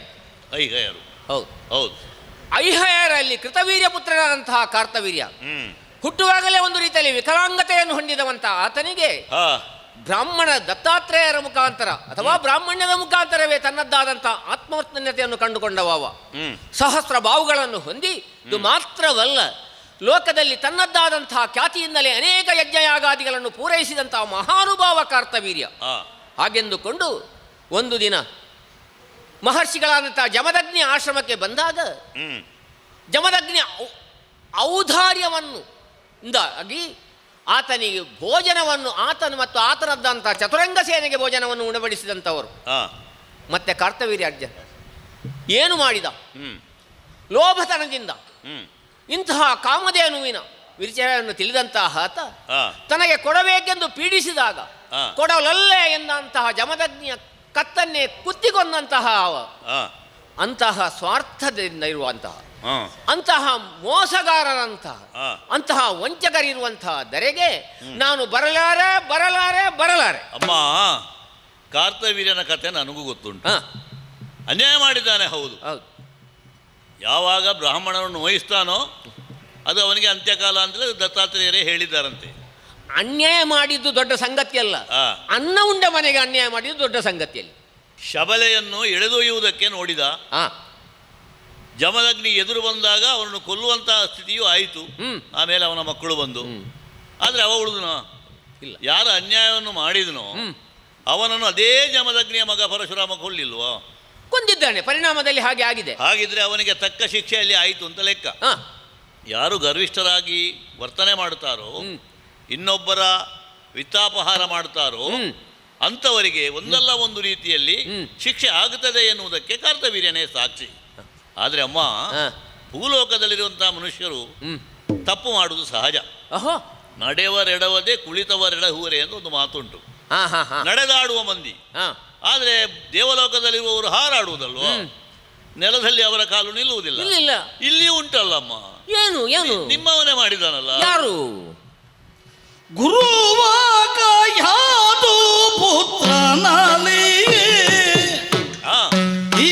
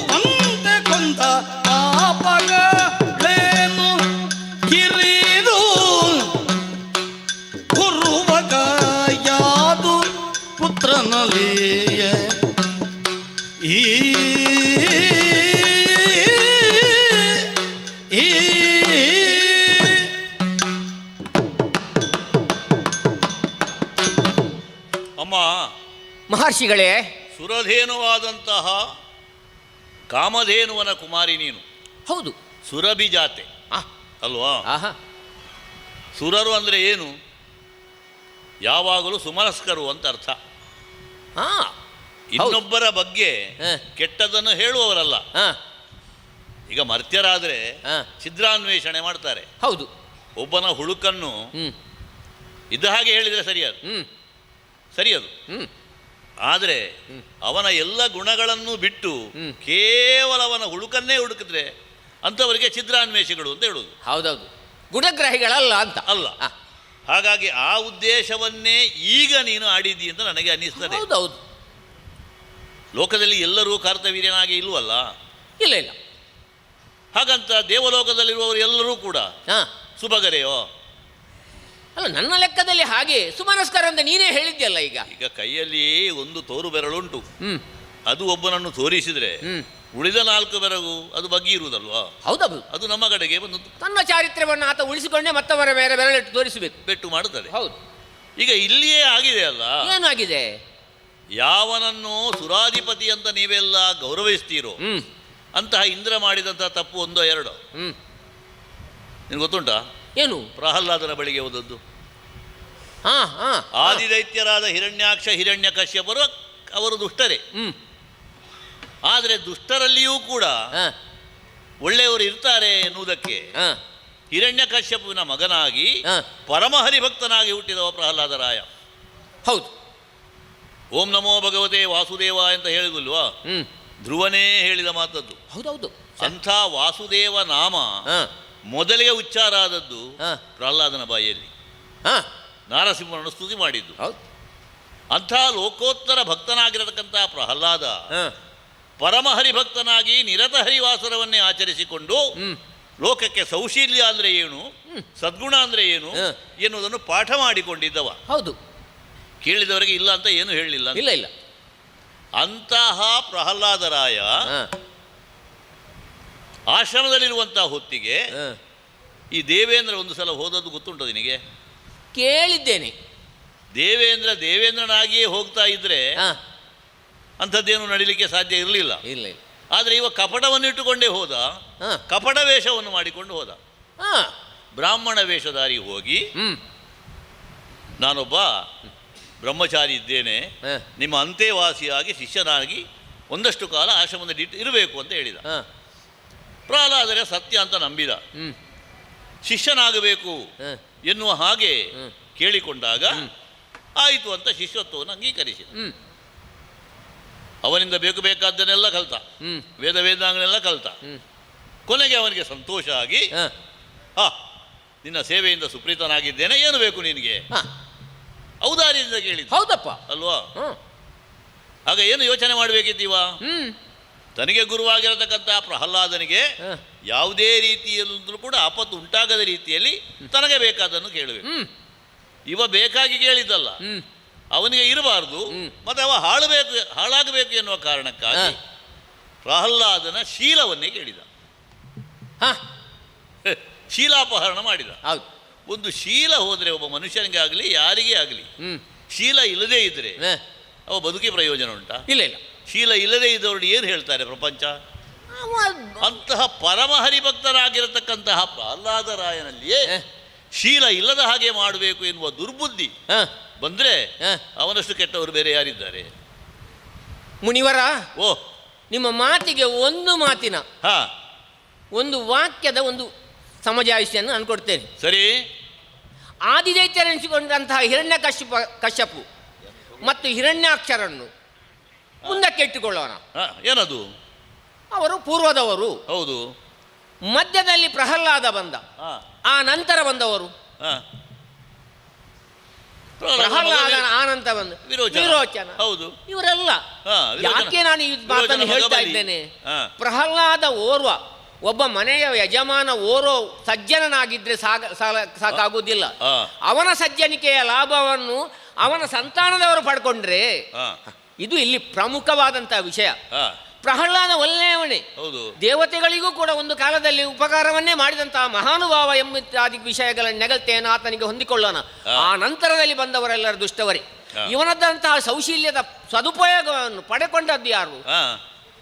ಬಾಕಿಯದ್ದಾದಂತಹ ಈ ದುಷ್ಟರಕ್ಕಸರು ಎಂಬ ಮಾತಿಗೆ ನಾನು ಅದನ್ನು ನಿಲ್ಲಿಸ್ತೇನೆ. ಸ್ವಾಮಿ, ಇಷ್ಟು ಕೂಡ ಹೇಳಿ ಆದ ಮೇಲೆ ನಿಮ್ಗೆ ಯಾಕಿಷ್ಟು ಛಲ? ಅದೇ ನಾನು ಹೇಳುದು, ನಾನು ಬರುವುದಿಲ್ಲ, ಬೇಡ, ನೀವು ಛಲ ಮಾಡಬೇಕು. ಬೇಡ ಬೇಡ ಬರಿದ ಛಲವ ಮಾಡಬೇಡ ಯತಿವರ, ಬೇಡ ಬೇಡ ಬರಿದ ಛಲವ ಮಾಡಬೇಡ ಯತಿವರ, ಬೇಡ ಬೇಡ ಬೇಡ ಬೇಡ ಛಲವ ಬೇಡ ಮಾಡಬೇಡ ಯತಿವರ, ಹೇ ಬರಿಸದೆ ಸುರೆಯ ಕುಡಿದು ದೇವರನ್ನೇ ಅಳಿಯುತ್ತ, ಹೇ ವರಿಸದ ಸುರಯ್ಯ ಕುಡಿದು ದೇವರನ್ನೇ ಅಳಿಯುತ್ತ, ಜೀವಿಸಿದರು ದುರುಳರಾದ ರಾವಣಾದ್ಯರೆಲ್ಲರೂ, ಬೇಡ ಬೇಡ ಬರಿದ ಛಲವ ಮಾಡಬೇಡ ಯತಿವರ, ಯತಿವರ ಬೇಡ.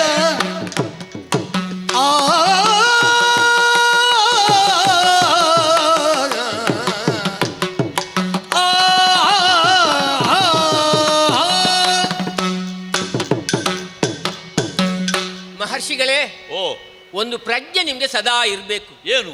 ನೀವು ಯಾವ ಕಾಲದಲ್ಲಿ ಬದುಕುತ್ತಾ ಇದ್ದೀರಿ ಅಂತ. ಕೃತ ಹೋಗಿ ತ್ರೇತ ದಾಟಿ ದ್ವಾಪರವೂ ಕಳೆದು ಕಲಿಯುಗದಲ್ಲಿ ನೀವಿದ್ದೀರಿ ಅಲ್ವಾ? ಹೌದು. ಧರ್ಮ ಎಷ್ಟು ಕಾಲಲ್ಲಿ ಉಂಟು ಈಗ? ಒಂದೇ ಕಾಲ. ಅದೇ ಹೇಳಿದ್ದು. ಆ ಒಂದು ಕಾಲಿನ ಧರ್ಮದ ಮೇಲೆ ನೆಂತಿರುವಂತಹ ನೀವು ಆ ಪೃಥ್ವಿಯಲ್ಲಿ ಇರುವಂತಹ ಜನರ ಬಗ್ಗೆ ನಿಮಗೆ ಇದೇ ಇಲ್ಲ. ಯಾಕೆ ಗೊತ್ತುಂಟಾ? ಬಾಹ್ಯ ಪ್ರಪಂಚವನ್ನೆಲ್ಲ ಮರೆತಂತಹ ನೀವು ಕೇವಲ ತನ್ನ ಆತ್ಮೋದ್ಧಾರಕ್ಕಾಗಿಯೋ ಅಥವಾ ಲೋಕೋದ್ಧಾರಕ್ಕಾಗಿಯೋ ಭಗವಂತನಲ್ಲಿ ಅನುಸಂಧಾನವನ್ನು ಮಾಡುತ್ತಾ ಆ ಮೂಲಕವಾಗಿ ತೊಡಗಿಸಿಕೊಂಡವರು. ಈ ತಪನ್ ಎಂಬ ಶಬ್ದಕ್ಕೆ ಸುಡುವುದು ಅಂತಲೇ ಅರ್ಥ. ಹೌದು, ನಿಮಗೆ ಗೊತ್ತಿಲ್ಲದ ವಿಷಯವೇನಲ್ಲ. ತಾನು ಸುಟ್ಟುಕೊಂಡು ಲೋಕಕ್ಕೆ ಒಳ್ಳೆಯದು ಮಾಡುವುದು ಇರ್ಲಿ ಅಪ್ಪ. ಲೋಕದ ಜನರು ಹೇಗಿದ್ದಾರೆ ಗೊತ್ತುಂಟಾ? ದುಡಿಬೇಕು ಕಲಿಯುಗದಲ್ಲಿ ಅಲ್ವಾ? ಹೌದು. ಗಳಿಕೆ, ಅದರ ಸಂಪಾದನೆ ಆದ ಮೇಲೆ, ಗಳಿಕೆ ಆದ ಮೇಲೆ ಅಲ್ಲಿ ಬೇಕಾದದ್ದು ಒಂದು ಬಳಕೆ ಆಗಬೇಕ ಬೇಡ? ಗಳಿಸಿದನ್ನು ಒಂದಷ್ಟು ಉಳಿಸಬೇಕು. ಹೇಗೆ ಬಳಕೆ ಮಾಡಬೇಕು? ಗಳಿಸಿದ್ದನ್ನು ಬಳಕೆ ಮಾಡುವಂತಹ ವಿಧಾನಗಳು ಎರಡು. ಒಂದು ಸದ್ವಿನಿಯೋಗ, ಒಂದು ದುರ್ವಿನಿಯೋಗ ಅಲ್ವಾ? ಹಾಗಿರುವಾಗ ಇಲ್ಲಿ ಏನಾಗಿದೆ ವರ್ತಮಾನದಲ್ಲಿ? ಪೂರ್ವ ಪರಿಶ್ರಮ ಪಟ್ಟು ಅಪಾರವಾದ ಪರಿಶ್ರಮದಿಂದ ಗಳಿಸಿದ್ದನ್ನು ಇವ ಬಳಕೆ ಮಾಡುವಾಗ ದುರ್ವಿನಿಯೋಗ ಮಾಡ್ತಾನೆ. ತಂದೆ ಬೇಕಾದಷ್ಟು ಮಾಡ್ತಾನೆ. ಹೌದು. ಮಕ್ಕಳು ಹಾಳು ಮಾಡ್ತಾರೆ. ಹೌದು. ಅಲ್ಲ, ಅಪ್ಪ ಮಾಡಿಟ್ಟದ್ದು ಹೌದು ಗಳಿಕೆಯನ್ನು ಮಕ್ಕಳು ಸದ್ವಿನಿಯೋಗ ಮಾಡುವುದು 100ರಲ್ಲಿ 1-2 ಒಂದಷ್ಟು ಅದಕ್ಕೆ ಸೇರಿಸಬೇಕು ಅಂತ ಇಲ್ಲ ಇಲ್ಲ ಇಲ್ಲ ಇಲ್ಲ ಸೇರಿಸುವುದು ಬಿಡಿ, ಅದನ್ನು ಉಳಿಸುವಂತಹ ಯೋಜನೆಯೂ ಇಲ್ಲ. ಯಾಕೆ? ನನ್ನ ಅಪ್ಪನ ಗಂಟು ಎಂಬಂತಹ ಮಾತು ಅಲ್ಲಿ. ಮತ್ತೆ ಗಂಟನ್ನೇ ನೋಡುದು ಅಪ್ಪ ಹೇಗಿದ್ರು ಆಗ್ತದೆ. ಹೌದು. ನಿಜವಾಗಿ ಒಂದು ಮಾತುಂಟು, ಹೇಳಬಾರ್ದು ಅದನ್ನು. ಅಪ್ಪನಿಗೆ ನಿಜವಾದ ಶತ್ರು ಯಾರು ಗೊತ್ತುಂಟ ನಿಮ್ಗೆ?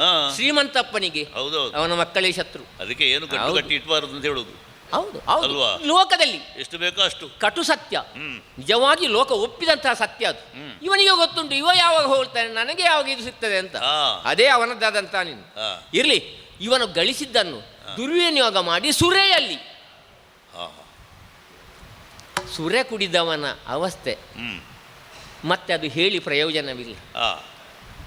ಕೌಟುಂಬಿಕ ನಾಶ, ಸಾಮಾಜಿಕ ನಾಶ ಅಲ್ವಾ, ಬುದ್ಧಿಭ್ರಷ್ಟ, ಆರ್ಥಿಕ ನಷ್ಟ ಇತ್ಯಾದಿಗಳೆಲ್ಲ ಒಳಗಾಗ್ತಾನೆ ಅವತ್ತ. ಇಂಥದ್ದನ್ನೆಲ್ಲ ಮತ್ತೆ ಅಂಥದ್ದು ಒಂದೊಂದು ಸೇರಿಕೊಳ್ತದೆ ಅದಕ್ಕೆ ಅಲ್ವಾ.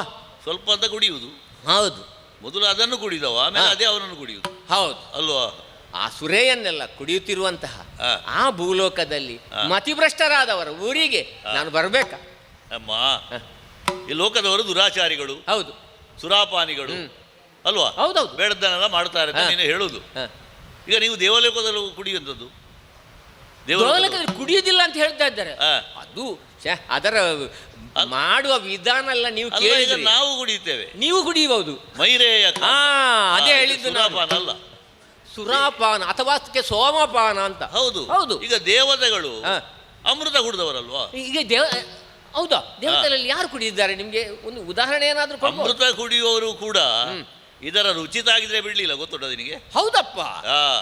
ಬೇರೆ ಯಾರ್ದಲ್ಲ, ಅಲ್ಲಿ ಹುಡುಕುದು ಬೇಡ, ಇಲ್ಲಿಯೇ ಇದ್ದಾನೆ. ಯಾರು? ಹಿಂದಗಿಂದ್ರ ಸುರಜ ಕುಡಿತು ಇಂದು ದರನ ಎದುರಿದೆಯೇ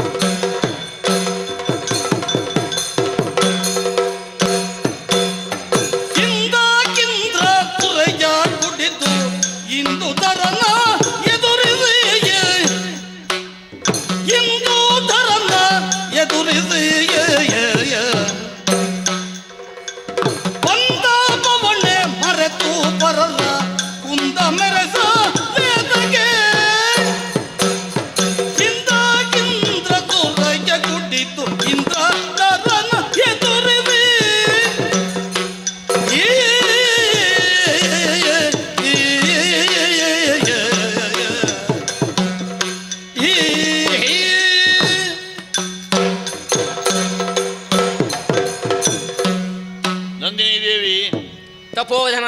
ಲೋಕದಲ್ಲಿರುವಂತಹ ಮನುಷ್ಯರು ಹೇಳಿ ಕೇಳಿ ಮರ್ತ್ಯರು, ಮೃತ್ಯುಗೆ ಒಳಗಾಗುವವರು. ಒಂದು ಮೃತ್ಯುಗೆ ಒಳಗಾದವರು, ಇನ್ನೊಂದು ಮೃತ್ತಿಕೆಯ ಸಂಬಂಧದಲ್ಲಿ ಹುಟ್ಟಿದವರು. ಹೌದಾ? ಅಲ್ವಾ? ಹೌದೌದು. ಈ ಭೂಮಿಯ ಗಂಧ ಎನ್ನುವಂಥದ್ದವರನ್ನು ಬಿಡುವುದಿಲ್ಲ, ಪೃಥ್ವಿಯ ಗಂಧಗುಣ. ಹೌದು. ಆ ಕಾರಣದಿಂದಲಾಗಿ ಸಾಮಾನ್ಯವಾದ ಕೆಲವು ವ್ಯಸನಗಳು ಅವರನ್ನು ಬಾಧಿಸಿದ್ರೆ ಅವರ ಮಟ್ಟಿಗೆ ಅದು ಕ್ಷಮ್ಯ. ಯಾಕಂದ್ರೆ ಭೂಲೋಕದವರು ಅಜ್ಞಾನಿಗಳು ಅಂತ ಅರ್ಥ ಅಲ್ವಾ. ಮಹರ್ಷಿಗಳು ಅವರ ಪರವಾಗಿ ನೀವು ವಾದ ಮಾಡುವುದು ಅಲ್ಲಲ್ಲ, ಅಲ್ಲ ಹೇಳಿದ್ದು ನಾನು. ಈಗ ಅದನ್ನು ಈಗ ಒಬ್ಬನಲ್ಲಿ ನೊಣ, ಒಬ್ಬನ ಎಲೆಯಲ್ಲಿ ನೊಣ ಉಂಟು, ನೊಣ ಅಂತ ಕೇಳಿದ್ರೆ ನಮ್ಮ ಎಲೆಯಲ್ಲಿ ಹೆಗ್ಗಣ ಇದ್ರೆ ಲೋಕ ನಮ್ಮನ್ನು ಏನು ಅಂತ ಹೇಳ್ತದೆ. ಈಗ ನಾವು ಆಗಿರಬಾರ್ದು ಅದು. ಈಗ ಭೂಲೋಕದವರು ಹಾಗೆ ಅಂತ ಹೇಳಬೇಕು ಅಂತ ಇದ್ರೆ ಈಗ ಸ್ವರ್ಗಲೋಕದವರು ಎಲ್ಲದರಲ್ಲೂ ಸರಿ ಇದ್ದಾರಾ? ಹೌದಾ? ಏನು ಕಡಿಮೆ ಉಂಟು. ನೀವು ಹೇಳಿದಾಗೆ ಸೋಮಪಾನ ಮಾಡಬಹುದು, ಆ ಅಮೃತ ಬೇಕಾದಷ್ಟು ನಿಮಗೆ ಸಿಕ್ಕಿದ್ದದು. ಇಂದು ವಿಷ್ಣುವೇ ನಮ್ಮ ರಕ್ಕಸಕ್ಕೆ ಸಿಕ್ಕದಾಗೆ ಮಾಡಿ ಎಲ್ಲವನ್ನು ದೇವತೆಗಳಿಗೆ ಒದಗಿಸಿಕೊಟ್ಟದ್ದು. ಈ ಸೋಮಪಾನ ಎಂಬುದು ಸೋಮಯಾಗವನ್ನು ಮಾಡುವಂತಹ ಸಂದರ್ಭದಲ್ಲಿ ಸೋಮ ಎಂಬಂತ ಒಂದು ಬಳ್ಳಿಯಿಂದ. ಹೌದೌದು, ಅಲ್ಲ ಈಗಲೂ ಮಾಡ್ತೇವೆ ನಾವು, ಅದನ್ನೇ ಕುಡಿಯುವುದು. ಅದರಲ್ಲಿ ಇಲ್ಲ ಅಂತ ನಾನು ಹೇಳುವುದಿಲ್ಲ. ಅಲ್ಲ ಹಾಗಾಗಿ ಅಲ್ಲ, ನೀವು ಅಲ್ಲಿ ಇರುವಷ್ಟು ಅದರಿಂದ ಬುದ್ಧಿ ನಷ್ಟ ಆಗುದಿಲ್ಲ ಅಂತ. ಈಗ ನೀವು ಹೇಳುದು ಬುದ್ಧಿ ನಷ್ಟ ಮಾಡುವಂಥದ್ದು ಸೂರ್ಯ ಅಂತ ಅಲ್ವಾ? ಅದು ಗೊತ್ತುಂಟಲ್ಲ ದೇವತೆಗಳಿಗೆ. ಈ ಜಲಂಧರನ ಕತೆ ಗೊತ್ತುಂಟ ನಿಮಗೆ? ಜಲಂಧರ. ಹೌದು, ಕೇಳಿದ್ದೇನೆ. ಕಾಳಗವೇ ಆಗಿದೆ. ಅದು ಪ್ರಾರಂಭ ಆಗುದು ಎಲ್ಲಿಂದ? ಒಡ್ಡೋಲಗ ಇವನದೇ, ನಿಮ್ಮ ದೇವೇಂದ್ರನ ಒಡ್ಡೋಲಗ ಇಲ್ಲದೆ ಯಾವ ಪ್ರಸಂಗವೂ ಪ್ರಾರಂಭ ಆಗುದಿಲ್ಲ. ನಿಮಗೆ ದೇವೇಂದ್ರನಲ್ಲಿ ಆಗುದಿಲ್ಲ ಅಂತ? ಅಲ್ಲ, ನನಗೆ ಆಗುದಿಲ್ಲ, ನನ್ನದು ಕಳಿಸಿದೆ ಅವ. ಆದ್ರೆ ನೀನು ಅವರನ್ನು ತಿಳಿಯದೆ ಕೇವಲ ಭೂಲೋಕವಾಸಿಗಳನ್ನು ಧಿಕ್ಕಾರದ ಭಾವನೆಯಿಂದ ನೋಡ್ತೀಯಲ್ಲ, ಹಾ. ಅದಕ್ಕಾಗಿ ನಾನು ಹೇಳೋದು. ಏನು ಮಾಡಿದ ದೇವೇಂದ್ರ? ಇದೇ ದೇವೇಂದ್ರ ಭೂಲೋಕ ಸಂಚಾರಕ್ಕೆ ಒಂದು ಸಲ ಹೋಗಿದ್ದ. ಹೌದು. ಆಗ ಭೂಮಿಗೆ ಇಳಿದ ಕಾರಣದಿಂದಲೋ ಏನೋ, ಹಾ. ಈಗ ದೇವಲೋಕದಲ್ಲಿ ಇದ್ದಷ್ಟು ಕಾಲ ಒಳ್ಳೆಯದರಲ್ಲಿದ್ದ, ಭೂಸ್ಪರ್ಶ ಆಯಿತು, ಹಾ. ಅವನಿಗೆ ಒಂದು ರೀತಿಯಲ್ಲಿ ಮನಸ್ಸು ವಿಚಲಿತ ಆಯಿತು. ಹಾ. ಯಾರೋ ಒಬ್ಬ ಕೊಟ್ಟ, ಒಂದು ಕೊಡದಲ್ಲಿ ತುಂಬಿಸಿಕೊಂಡು ಬಂದು, ಅದು ಏನು ಅಂತ ವಿಚಾರಿಸದೆ ಕುಡುದ. ಬೇರೆ ಏನಂತದಲ್ಲ, ಅದು ಶೇಂದಿ ಸುರೆ. ಸುರಾಪಾನ ಮಾಡಿದಂಥ ಇಂದ್ರ ಮತಿಭ್ರಷ್ಟನಾಗಿ ಸಿಕ್ಕಿದವರೆಲ್ಲ ಬಡೀತಾವ. ಹೋದದ್ದು ಯಾಕೆ? ಭೂಲೋಕಕ್ಕೆ ಹೋಗಿ ಮತ್ತೆ ಪರಮೇಶ್ವರನಿಗೆ ಹೋಗಬೇಕು ಅಂತ ಕೈಲಾಸಕ್ಕೆ. ಪರಮೇಶ್ವರನ ಭೇಟಿಗಾಗಿ ಹೊರಟದ್ದು. ಹೋಗುವುದು ಎಲ್ಲಿಗೆ ಅಂತ ಗೊತ್ತುಂಟು ಅವನಿಗೆ, ಆದರೆ ಹೋಗುವ ದಾರಿ ಬೇರೆ ಬೇರೆ ಆಯಿತು. ಅವನ ಸ್ಥಿಮಿತದಲ್ಲಿ ಅವ ಇಲ್ಲ.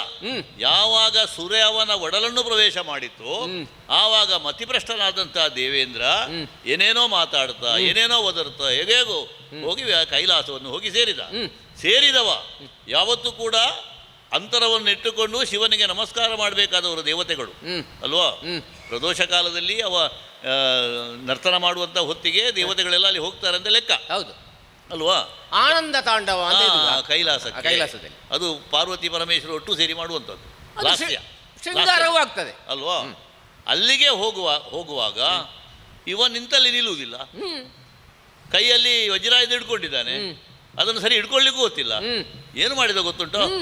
ಹೋಗಿ ಬಡೀತೇನಂತ ಪರಮೇಶ್ವರನಿಗೆ ಬಡಿಲಿಕ್ಕೆ ಹೋದಂತೆ. ಏನೋ ಪುಣ್ಯಕ್ಕೆ ಶಾಪ ಕೊಟ್ಟಿಲ್ಲ, ಅದ ಕಣ್ಣು ತೆಗೀಲಿಲ್ಲ, ಇಲ್ಲದ್ರೆ ಏನಾಗ್ತಿತ್ತು? ಹೌದಪ್ಪ. ಹಾಗಿದ್ರೆ ದೇವೇಂದ್ರ ಅಂತಹ ಮತಿಭ್ರಷ್ಟನಾಗಿ ಸುರಾಪಾನ ಮಾಡಿದ್ದರಿಂದ ಇಲ್ಲದ ಅಬದ್ಧವನ್ನು ಮಾಡಿ ಪರಮೇಶ್ವರನೇ ಕೆಣಕುವುದಕ್ಕೆ ಹೋಗಿದ್ದಾನೆ. ಮತ್ತೆ ಸಾಮಾನ್ಯ ಮನುಷ್ಯರು ಸುರಾಪಾನ ಮಾಡಿದರೆ ಅಪರಾಧ ಆಗ್ತದೆ ಹೇಳು. ನಿಮ್ಮ ಅದನ್ನೆಲ್ಲ ಕಾರಣ ಇಟ್ಟುಕೊಂಡು ಬರುವುದಿಲ್ಲ ಅಂತ ಹೇಳಬೇಡ ನೀನು. ನಿಮ್ಮ ಕತೆ ಎಲ್ಲ ಬದಲಾಗಿದ್ದಾರೆ. ಕತೆ ಒಳ್ಳೆದುಂಟು, ಆದರೆ ಕಥೆಯನ್ನು ನೀವು ಹೇಳಿದ ಅದಕ್ಕಿಂತ ಒಳ್ಳೆದುಂಟು. ಯಾಕೆ ಇದ್ದದನ್ನು ಹೇಳಿದ್ರು ಅದು ಹೌದು. ಯಾಕೆ ದೇವೇಂದ್ರ ಕೆಲವರಿಗೆ ಒಂದು ಇದುಂಟು, ಅವನಿಗೆ ಎರಡು ಇವತ್ತು ಮಾತಾಡಬೇಕು. ಮಾತಾಡುವುದ್ರೆ ಹೇಗೆ ಮಾತಾಡ್ಬೇಕು? ಎರಡು ಕುಡಿದೇ ಮಾತಾಡಬೇಕು ಅಂತ. ದೇವೇಂದ್ರ ಆ ಉದ್ದೇಶದಿಂದ ಹೋಗುವಂತಹ ಸಂದರ್ಭದಲ್ಲಿ ದಾರಿ ಮಧ್ಯದಲ್ಲಿ ಕುಂಭನಿಕುಂಭರಿಂದ ಕೊಡಲ್ಪಟ್ಟಂತಹ ಇದನ್ನು ಪರಿಶೀಲಿಸದೆ ಆತ ಕುಡಿದ ಎಂಬುದದು ಬಹುದೊಡ್ಡದಾದಂತಹ ಅಪರಾಧವೇ. ಈಗ ಅವರು ಕೊಡ್ತಾರೆ ಎನ್ನುವುದರಿಂದ ಇವು ಕುಡಿಯುವುದಾ? ಇಲ್ಲ. ಈಗ ರಕ್ಕಸರಿ ಅಂತ ದೇವೇಂದ್ರನಿಗೆ ಆಲೋಚನೆ ಮಾಡಲಿಕ್ಕೆ ಗೊತ್ತಾಗುದಿಲ್ಲ. ಹೌದಪ್ಪ. ಅದೇ ರಕ್ಕಸರಾಗಿ ಬರುತ್ತಿದ್ರೆ ಅವು ಕುಡಿಯುತ್ತಿರ್ಲಿಲ್ಲ, ಅಲ್ಲ ಬೇರೆ ರೂಪದಲ್ಲಿ ಬಂದಿದ್ದರು. ರಕ್ಕಸರ ಅಲ್ಲ ಅಂತ ಇವನಿಗೆ ಯೋಚನೆ ಮಾಡುದಿದ್ರೆ ಮಾಡಬಹುದಿತ್ತು. ಉನ್ನತ ಸ್ಥಾನದಲ್ಲಿರುವಂತಹ ಆತ ತನ್ನದಾದ ಪ್ರಜ್ಞೆಯನ್ನು ಕಳ್ಕೊಳ್ಳಬಾರದಿತ್ತು ಅಂತ ನಿಮ್ಮ ಆಕ್ಷೇಪ. ಹೌದು. ಈಗ ನಾನು ಅದನ್ನೆಲ್ಲ ಹೇಳುವುದು, ಇನ್ನೂ ಕೂಡ ನಾನು ಬರಬೇಕಾ? ಅಲ್ಲಿ ನಿಮ್ಮದ್ದಾದಂತಹ ಭೂಮಿಯಲ್ಲಿ ಹೆಣ್ಮಕ್ಕಳು ಸರಿಯಾಗಿ ಮರ್ಯಾದೆಯಲ್ಲಿ ಬದುಕ್ತಾರ? ಪತಿವ್ರತೆಯರು ಸತಿಯರ ವ್ರತಗಳ ಕೆಡಿಸುವ ದುರುಳರು, ಸತಿಯರ ವ್ರತಗಳ ಕೆಡಿಸುವ ಮರುಳರು, ಕ್ಷಿತಿಯೊಳುತ್ತಿಬ್ಬರು ನಿರಂತರ ಮತಿಹೀನರು ಕೀಚಕ ಮುಖ್ಯ ಸಂಗತಿಯರಿತಿಯೇ ಮೌನೀಶ್ವರ. ಮುನೀಶ್ವರ, ನೀವು ಪ್ರತಿಯೊಂದು ಮಾತಿಗೂ ಅಲ್ಲಿರುವಂತಹ ಅವಗುಣಗಳನ್ನು ನಾನು ಹೇಳಿದರೆ ಅದಕ್ಕೆ ಪ್ರತಿಯಾಗಿ ದೇವಲೋಕವಲ್ಲೇ ನೀವು ಹಳಿಯುತ್ತಾ ಇದ್ದೀರಿ. ಹೌದು, ಇರಲಿ, ಆ ವಿಷಯದಲ್ಲಿ ಅಲ್ಲ. ಪ್ರತಿಭೆಯಲ್ಲಿ ನಂದಿನಿ ನಾನೊಬ್ಬ ಹೆಣ್ಣು ಎಂಬುದನ್ನು ನೀವು ಕೂಡ ಅರ್ಥ ಮಾಡಿಕೊಳ್ಬೇಕು. ಹೌದು. ಭವ್ಯವಾದಂತಹ ದಿವ್ಯವಾದಂತಹ ಹಿನ್ನೆಲೆ ಉಳ್ಳಂತಹ ನಾನು ಭೂಮಿ ಲೋಕಕ್ಕೆ ಬಂದರೆ ನನ್ನದಾದಂತಹ ಸ್ಥಿತಿ ಏನಾದೀತು ಇದನ್ನು ನಾನು ಅರಿತುಕೊಳ್ಬೇಕು. ಯಾಕೆ ಈ ಮಾತನ್ನು ಹೇಳ್ತಾ ಇದ್ದೇನೆ ಅಂತ ಕೇಳಿದರೆ, ರಾವಣಾದ್ಯರೆಲ್ಲ ಒಂದು ಕಾಲದಲ್ಲಿ ಇದ್ದರು. ಪತಿವ್ರತೆ ಅಂತ ಸೀತಾದೇವಿಯನ್ನು ಅಪಹರಿಸುವಂತಹ ಅಗತ್ಯವಾದರೂ ಏನಿತ್ತು? ಮರ್ಯಾದ ಪುರುಷೋತ್ತಮನೆನಿಸಿಕೊಂಡಂತಹ ಶ್ರೀರಾಮಚಂದ್ರನ ಮಡದಿ ಆಕೆ ಎಂಬಂತಹ ಪ್ರಜ್ಞೆಯನ್ನು ಕಳಕೊಂಡಂತಹ ರಾವಣ ಭೂಮಿಯಲ್ಲಿರುವಂತಹ ಆ ಸೀತೆಯನ್ನು ಅಪಹರಿಸಿದ, ಭೂಮಾತೆಯನ್ನೇ ಅಪಹರಿಸಿದ. ಹಿರಣ್ಯಾಕ್ಷ ಕೂಡ ಅಪಹರಿಸಿದ್ದುಂಟು ಭೂದೇವಿಯನ್ನು. ಇರಲಿ, ಅಷ್ಟು ಮಾತ್ರವಲ್ಲ, ದೇವಲೋಕದ ಸ್ತ್ರೀಯರಂತಹ ಇದು ರಂಬೆಯೋ ಅಥವಾ ವೇದಾವತಿಯೋ ಇನ್ನಿತರರು ಯಾಕೆ ಒಂದು ಕಾಲದಲ್ಲಿ ಕೈಲಾಸದಲ್ಲಿ ಶಿವನನ್ನೇ ಆರಾಧಿಸಲು ಹೋದಂತಹ ರಾವಣೇಶ್ವರ ಪಾರ್ವತಿಯನ್ನೇ ಮೋಹಿಸಿದ್ದುಂಟಂತೆ. ನಾನು ಕೇಳಿದ್ದೇನೆ ಈ ಮಾತನ್ನು. ಸ್ವಾಮಿನ್, ಅಷ್ಟೆಲ್ಲ ಇರುವಂತಹ ಭೂಮಿ, ಅಷ್ಟು ಮಾತ್ರವಲ್ಲ, ನಾನೂ ಹಿಂದೊಮ್ಮೆ ಭೂಮಿಗೆ ಬಂದದ್ದುಂಟು. ಯಾವಾಗ ನಾನು ನಿಮ್ಮ ಹಾಗೆ ಕೇಳಿಕೆ ನಿಮ್ಮಂಥ ಋಷಿವರರ ಕೇಳಿಕೆಯಿಂದ ಬಂದದ್ದಲ್ಲ. ವಸಿಷ್ಠಾಶ್ರಮದಲ್ಲಿ ನಾನೂ ಇದ್ದೆ. ಓ ಏನಾಗಿ ಹೋಯ್ತು ಅಲ್ಲಿ? ಮದೋನ್ಮನತ ವಸುಂಧರೆಯ ವಸುಮತಿಯ ವಲ್ಲಭನೆನಿಸಿಕೊಂಡಂತಹ ವಿಶ್ವಾಮಿತ್ರ ಅಥವಾ ಕೌಶಿಕ ಅಲ್ಲಿ ಮಾಡಿದ್ದಾದರೂ ಏನು? ಅಲ್ಲಿ ಕೂಡ ಆದದ್ದೇ. ಉಂಡ ಅನ್ನ ಬುದ್ಧಿಯನ್ನು ಕೆಡಿಸುವುದುಂಟು. ಅಲ್ಲಿಯೂ ಆದದ್ದೇ. ನನ್ನದ್ದಾದಂಥ ತಪೋಪ್ರಭಾವದಿಂದ ಹೇಳ್ಕೊಂಡು ಹೋದ. ಆದರೆ ನಾನು ಯಾವರ್ಧಾಂತ ಕರ್ತೃತ್ವದಲ್ಲಿ ನಿಯೋಜಿತತ್ವದಲ್ಲಿ ಅಲ್ಲಿ ಇದ್ದೇನೋ ಅವರಲ್ಲಿ ಹೋಗಿ ದೂರಿದಾಗ ಅವರು ಹೇಳಿದ್ದಾದರೂ ಏನು? ವಸಿಷ್ಠರು ನನಗೆ ಕೋಪವೇ ಬರುವುದಿಲ್ಲ ಮಗಳೇ, ನಿನ್ನನ್ನು ನೀನೇ ರಕ್ಷಿಸಿಕೋ ಅಂತ ಹೇಳಿದ್ರು ಅಲ್ವಾ? ಹಾಗಾದರೆ ಯಾವದ್ದಾದಂತಹ ಯಜ್ಞಯಾಗಾದಿಗಳಿಗೆಲ್ಲ ನನ್ನದ್ದಾದಂತ ಉಪಯೋಗಿಸಿಕೊಂಡು ಕೂಡ ಆ ಋಷಿವರ ಕೊನೆಗೆ ನನ್ನನ್ನು ಅರ್ಧ ದಾರಿಯಲ್ಲಿ ಕೈಬಿಟ್ಟ. ಆ ಸಂದರ್ಭದಲ್ಲಿ ನನ್ನನ್ನು ನಾನು ರಕ್ಷಿಸುವ ಸಲುವಾಗಿ ನನ್ನ ಶೃಂಗವನ್ನೇ ಕೊಡಹಿ ಒಂದು ರೀತಿಯಲ್ಲಿ ಸೃಷ್ಟಿಸಬೇಕಾಯ್ತು. ಆದ್ದರಿಂದ ನಾನು ಹೇಳ್ತಾ ಇದ್ದೇನೆ, ಅಂತಹ ಧರೆಗೆ ನಾನು ಬರುವುದಿಲ್ಲ. ಅಮ್ಮ, ವಸಿಷ್ಠ ಮಹರ್ಷಿಗಳ ಆಶ್ರಮದಲ್ಲಿದ್ದಂತಹ ನಂದಿನಿ ತನ್ನನ್ನು ತಾನು ರಕ್ಷಣೆ ಮಾಡಿಕೊಳ್ಳಲಿಕ್ಕೆ ಸಮರ್ಥಳೆ ಹೌದಾಗಿದ್ರು ಕೂಡ ವಸಿಷ್ಠರು ಸಹನೆಯಿಂದ ಸಹಿಸಿಕೊಳ್ಳುವುದಕ್ಕೆ ನೋಡಿದ್ದು. ಮತ್ತೆ ಪರಿಣಾಮದಲ್ಲಿ ಏನಾಯಿತು? ತನ್ನ ಬ್ರಹ್ಮದಂಡವನ್ನೇ ನಿಲ್ಲಿಸಿದಾಗ ಕೌಶಿಕ ಎಷ್ಟು ಬಾಣ ಪ್ರಯೋಗ ಮಾಡಿದ್ರು ಕೂಡ ಅವರಿಗೆ ಏನೂ ಮಾಡಲಿಕ್ಕೆ ಸಾಧ್ಯ ಆಗಲಿಲ್ಲ. ಕೌಶಿಕನ ಗರ್ವಾಪಹಾರ ಆಯಿತು. ಅದರಿಂದ ಇಲ್ಲಿಯವರೆಗೆ ಆಯಿತು ಪ್ರಕರಣ. ಒಬ್ಬ ಹಠಯೋಗಿಯಾದ ದಿಗ್ಬಲಂ ಕ್ಷತ್ರಿಯ ಬಲಂ ಬ್ರಹ್ಮ ತೇಜೋಬಲಂ ಬಲಂ. ಹೌದಾ? ಬ್ರಹ್ಮ ತೇಜಸ್ಸನ್ನು ಆರ್ಜಿಸಬೇಕು ಎನ್ನುವ ಕಾರಣಕ್ಕಾಗಿ ಹಠಯೋಗಿಯಾಗಿ ವಿಶ್ವಾಮಿತ್ರ ನೆನೆಸಿದ ಅಲ್ವಾ? ಒಬ್ಬ ಮಹರ್ಷಿಯ ಉದಯ ಗಾಯತ್ರಿ ಮಂತ್ರದ ದೃಷ್ಟಾರನಾದ. ಅಂತಹ ಸಾಧನೆಗೆ ಒಂದು ಮೈಲಿಗಲ್ಲ ಆಯಿತೋ ಇಲ್ವೋ ಅದು. ಆದರೆ ಈ ದೇವೇಂದ್ರನ ಕತೆ, ನಾನು ದೇವೇಂದ್ರನ ಯಾಕೆ ಹೇಳ್ತೇನೆ? ಯಾಕೆ? ಎಲ್ಲ ದೇವತೆಗಳ ಪ್ರತಿನಿಧಿ ಅವ. ಆದ್ದರಿಂದ ಒಬ್ಬ ಪ್ರತಿನಿಧಿಯಾಗಿ ಒಬ್ಬ ನಾಯಕನಾಗಿದ್ದವ ತನ್ನ ಪ್ರತಿಯೊಂದು ನಡೆನುಡಿಗಳಲ್ಲಿ ಕೂಡ ಬಹಳ ಎಚ್ಚರದಿಂದ ವ್ಯವಹರಿಸಬೇಕಲ್ಲ. ಪರಿಶುದ್ಧತೆ ಬೇಕು. ಇಲ್ಲದಿದ್ದರೆ ಅದರ ಪರಿಣಾಮ ಉಳಿದವರ ಮೇಲೆ ಆಗುವುದಿಲ್ವೋ? ಆ ಎಚ್ಚರಿಕೆ ಅವರಿಗೆ ಎಷ್ಟರ ಮಟ್ಟಿಗೆ ಇತ್ತು? ಗೌತಮನ ಕತೆ ಗೊತ್ತಿಲ್ವ?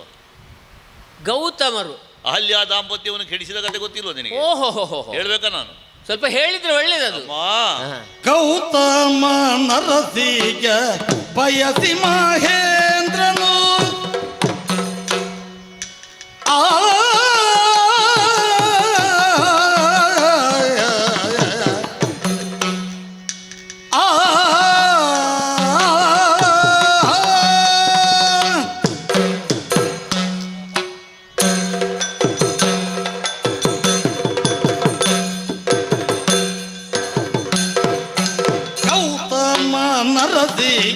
ಬಯಸಿ ಮಹೇಂದ್ರನು ಘಾತಕದಲ್ಲಿ ಸಂಚನು ಮಾಡಿಯೇ ಅಲ್ವಾ? ಸಂಚು ಖ್ಯಾತನೆ ನಿಧಿಮೈ ಗಣ್ಣನೆ ನಿಪ ಪುರುಹೂತಳು ತಿಳಿಯೋಚನೆ ಮಾಡಿಯೇ ಗೌತಮ ನರಸಿಗ ಬಯಸಿ ಮಹೇಂದ್ರನು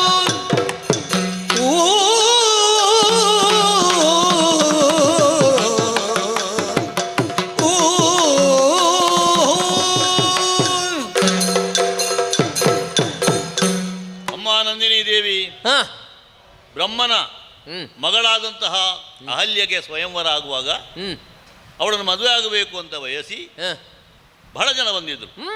ದೇವೇಂದ್ರನಿಗೂ ಮನಸ್ಸಿತ್ತು. ಗೌತಮ ಋಷಿಗಳು ಚಮತ್ಕಾರದಿಂದ ಗೆದ್ದರು. ಹೌದಾ? ಗೆದ್ದದ್ದು ಹೌದಲ್ಲ? ಹಾಗಾಗಿ ಗೌತಮ ಮಹರ್ಷಿಗಳಿಗೆ ಅಹಲ್ಯೆಯನ್ನು ಮದುವೆ ಮಾಡಿಕೊಟ್ಟು ಬ್ರಹ್ಮದೇವರು. ಮುದ್ಗಳ ಅಲ್ವಾ?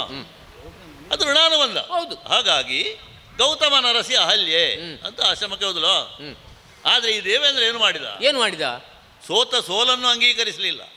ಮಾತ್ರ ಅಲ್ಲ, ಅವಳ ಬಗ್ಗೆ ಇರತಕ್ಕಂಥ ವಾಂಛೆಯನ್ನು ಬಿಡಲಿಲ್ಲ. ಹೇಗಾದರೂ ಮಾಡಿ ಗೌತಮನ ಅರಸಿಯಾದಂತಹ ಅಹಲ್ಯೆಯನ್ನು ಪಡಿಬೇಕು, ಅವಳ ಪಾತಿವ್ರತೆಯನ್ನು ಕಳಿಸಬೇಕು ಅಂತ ಪ್ರಯತ್ನ ಪಟ್ಟ. ಎಲ್ಲಿಯವರೆಗೆ ಅಂತ ಹೇಳಿದರೆ ತನ್ನ ಜೊತೆಯಲ್ಲಿ ಉಳಿದವರೂ ಕೂಡ ಅನ್ಯಾಯವನ್ನು ಎಸಗುವುದಕ್ಕೆ ಪ್ರೇರೇಪಣೆಯನ್ನು ಕೊಟ್ಟ. ಅಗ್ನಿವಾಯುವನ್ನು ಕರ್ಕೊಂಡು ಹೋದ. ಅವರು ಕೋಳಿಯಾಗೆ ಕುಕ್ಕುಡಾಗೆ ಕೂಗಿದ್ರು. ನಿಶಾಕಾಲ ಅಲ್ಲದೆ ಹೊತ್ತಿನಲ್ಲಿ ಏನಾಯಿತು? ಉಷಾಕಾಲ ಆಯಿತು ಎನ್ನುವ ಹಾಗೆ ಕೋಳಿ ಕೂಗುವ ಹಾಗಾಯಿತು. ಕೋಳಿ ಕೂದಿದ್ರೆ ಇನ್ನೇನು ಮುಂಜಾನೆ ಹೊತ್ತಿಗೆ ಅನುಷ್ಠಾನಕ್ಕೆ ಹೋಗ್ತಾರೆ ಗೌತಮರು. ಹೌದು. ಗೌತಮ ಆಶ್ರಮದಲ್ಲಿ ಅಹಲ್ಯೆಯ ಜೊತೆಗಿದ್ದಂಥ ಗೌತಮರು ತಾನು ನಿತ್ಯ ವಿಧಿಗಳನ್ನು ಪೂರೈಸುವುದಕ್ಕೆ ಹೊಳೆಯ ಬದಿಗೆ ಹೋಗುವಂಥ ಸಂದರ್ಭದಲ್ಲಿ ಹಿಂದಿನಿಂದ ಗೌತಮನ ವೇಷ ಹಾಕಿಕೊಂಡು ಹೋದ ಇವ. ಅವನು ದೇವೇಂದ್ರನಾಗಿ ಹೋಗ್ತಾ ಇದ್ರೆ ಅಹಲ್ಯ ತಪ್ಪಿದ್ರು ಅಂತ ಹೇಳ್ಬೋದು. ಇವನು ಗೌತಮನ ವೇಷ ಮಾಡಿಕೊಂಡು ಹೋಗಿ ಅಹಲ್ಯೆಯನ್ನು ವಂಚಿಸಿ ಅವಳ ಪಾತಿವ್ರತ್ಯ ಭಂಗವನ್ನು ಮಾಡಿದ್ರಿಂದ ಪರಿಣಾಮದಲ್ಲಿ ಏನಾಯಿತು? ಈಗ ದೇವೇಂದ್ರ ಇದ್ದಾಗೆ ಇಲ್ಲ. ಅವನಿಗೆ ಮತ್ತೊಂದು ಹೆಸರುಂಟು, ಗೊತ್ತುಂಟು ನಿಮಗೆ? ಸಹಸ್ರಾಕ್ಷ. ನಮಗೆಲ್ಲ 2 ಕಣ್ಣು ಇರುವುದು, ಅವನಿಗೆ ಮೈಯೆಲ್ಲ ಕಣ್ಣಂತೆ.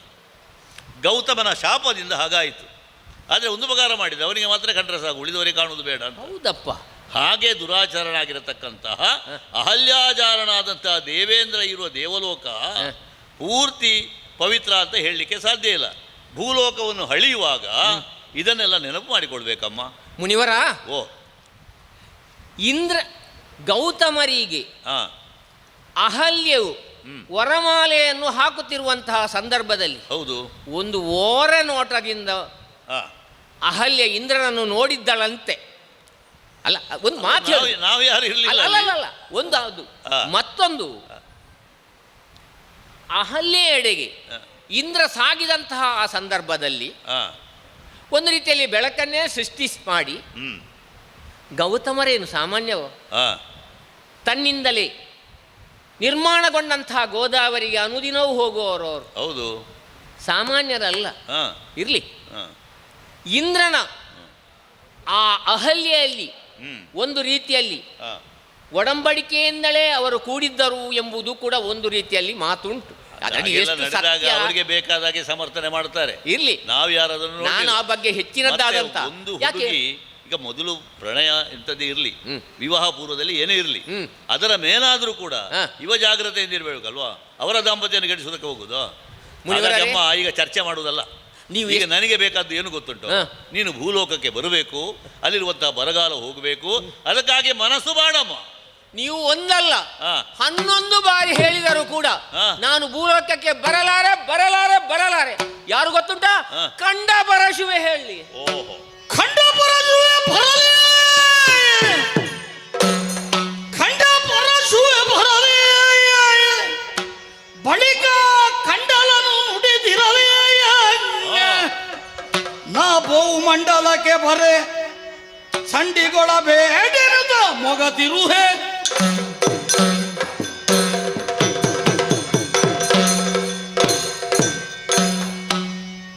ಜಾಬಾಲಿ ಮಹರ್ಷಿಗಳೇ, ನೀವು ಎಷ್ಟೇ ಹೇಳಿ, ನೀವು ಬಿಡಿ, ಇಂದ್ರ ಬಿಡಿ, ತ್ರಿಮೂರ್ತಿಗಳೇ ಹೇಳಿದರೂ ಕೂಡ, ಅಥವಾ ಸಾಕ್ಷಾತ್ ಯಮನೇ ಬಂದು ನನ್ನಲ್ಲಿ ಹೇಳಿದರೂ ಕೂಡ ನಾನು ಭೂಲೋಕಕ್ಕೆ ಬರಲಾರೆ. ನೀವು ಚಂಡಿ ಮಾಡಬೇಡಿ ನನ್ನ ಮೊಗದರು ಇದ್ದ. ಹೌದು, ನಂದಿನಿ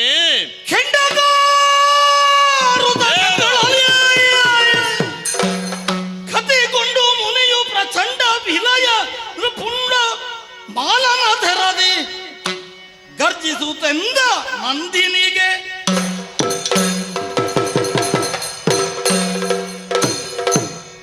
ಎಲ ದುರುಳೆಯ ಸಗದೊಳು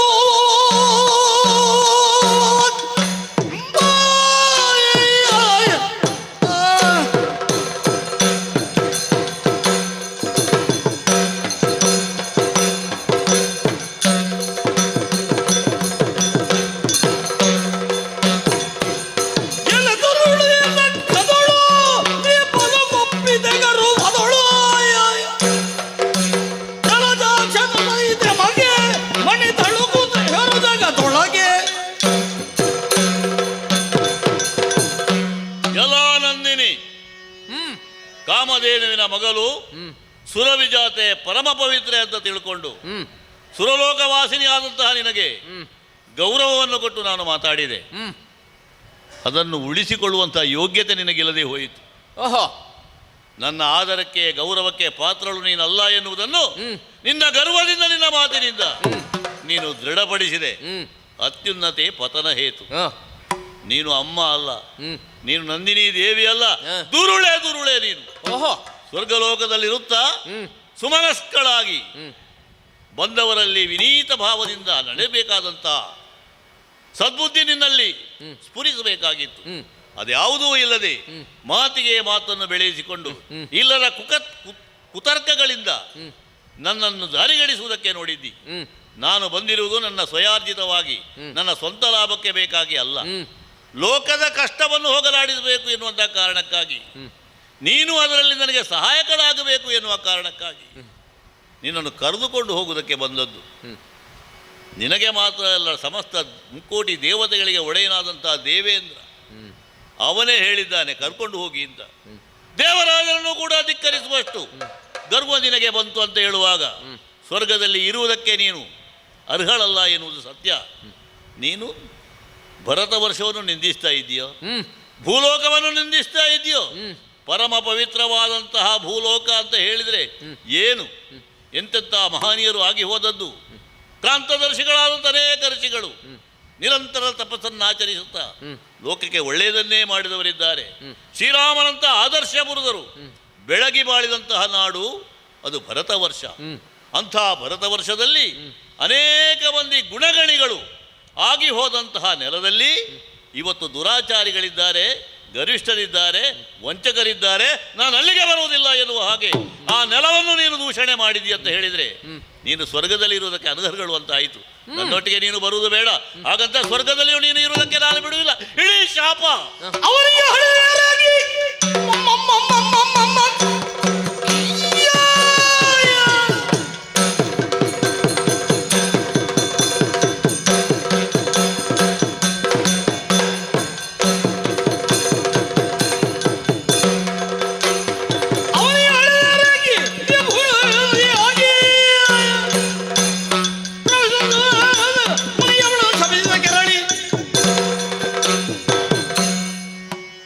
ಋಷಿ ಇದ್ದೇನೆ, ತಪಶ್ಚರ್ಯನ್ನು ಮಾಡುವವ, ಯೋಗಿ ಇದ್ದೇನೆ. ನನಗೆ ಗೌರವವನ್ನು ಕೊಡುವುದು ಬೇಡ, ನನ್ನ ಋಷಿತ್ವಕ್ಕೆ ಗೌರವವನ್ನು ಕೊಡಬೇಕಾಗಿತ್ತು ನೀನು. ಆದರೆ ಇರುವ ಜಾಗದಲ್ಲಿ ಇದ್ದಾಗ ಯಾರೂ ನನಗೆ ಎಣೆ ಇಲ್ಲ ಎನ್ನುವ ಹಾಗೆ ಭಾವಿಸಿದ್ದಿ.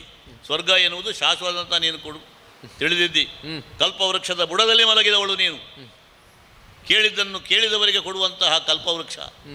ನಿನ್ನವೇ ಆದಂತಹ ಕಾಮಧೇನಿಯು ಹಾಗೆ ಅವಳಾಗಿರ್ತಾ ಇದ್ದರೆ ಇಂತಹ ಗರ್ವವನ್ನು ಪ್ರಕಟಪಡಿಸ್ತಾ ಇರಲಿಲ್ಲ. ನೀನು ಹಳಸು, ಹಾಗಾಗಿ ಈ ಮಾತುಗಳನ್ನು ಆಡುತ್ತಾ ಇದ್ದೀಯಂತ ಅರ್ಥ ಆಯಿತು. ನಿನಗೆ ಸರಿಯಾದ ಶಾಸ್ತಿ ಆಗಬೇಕು. ಗರ್ವ ಎನ್ನುವಂಥದ್ದು ಅಹಂಕಾರವಾಗಿ ಬೆಳೆದರೆ ಲೋಕದಲ್ಲಿ ಅದು ಮಾರಕವಾಗಿ ಪರಿಣಮಿಸುತ್ತದೆ. ಆ ಕಾರಣದಿಂದ ಗರ್ವಿಷ್ಠಲಾಗಿ ವರ್ತಿಸಂತಹ ನಿನಗೆ ಇದೋ ಋಷಿಯಾದಂತಹ ನಾನು ನನ್ನ ತಪಶಕ್ತಿಯಿಂದ ಶಾಪವನ್ನೇ ಕೊಡುತ್ತೇನೆ. ಅಂತಿಂಥ ಶಾಪ ಅಲ್ಲ, ಹರಿದು ಹೋಗುವಂಥ ಗುಣವುಳ್ಳಂಥ ಚಾಂಚಲ್ಯ ಸ್ಥಿತಿ ಇರುವಂಥವಳು ನೀನು. ಮನಸ್ಸು ಒಂದು ಸ್ಥಿರವಾಗಿರಬೇಕು, ಅದರಲ್ಲಿ ಚಂಚಲತೆ ಕಾಣಬಾರದು.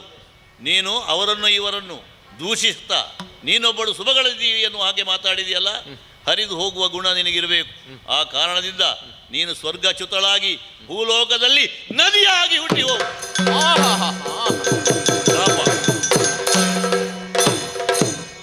ಮುನಿಶಾಪಗ ಸ್ವಾಮಿ, ನಂದಿನಿ ಬೆದರಿ. ಏನು ಸ್ವಾಮಿ ಇದು? ನಂದಿನಿ ಬೇದರಿ ನಡುಗಿ ಕಂಬನಿ ತುಂಬಿ ಯತಿಪತಿಯ ಪದಕ್ಕೆ ಮಾಡಿದು. ಕಂಬನಿ ತುಂಬಿ ಋಷಿವರ ಯತಿಪತಿಯ ಪದಕ್ಕೆರಗಿ ನಿಮ್ಮ ಕಾಲು ಹಿಡಿಯುತ್ತೇನೆ. ವನಿತೆಯನ್ನ ಬರಾದವನು ಮನ್ನಿಸಬೇಕು ಸ್ವಾಮಿ, ಮನ್ನಿಸಬೇಕು. ಮನ್ನಿಸಿದವನ ಮನ ಕರಗೆ ಗೋಳಿಡುತ್ತೆಂದಳಾಗ ಮುನಿಶಾಪಕಾಗ ನಂದಿನಿ ಬೆದರಿ ನಡುಗಿ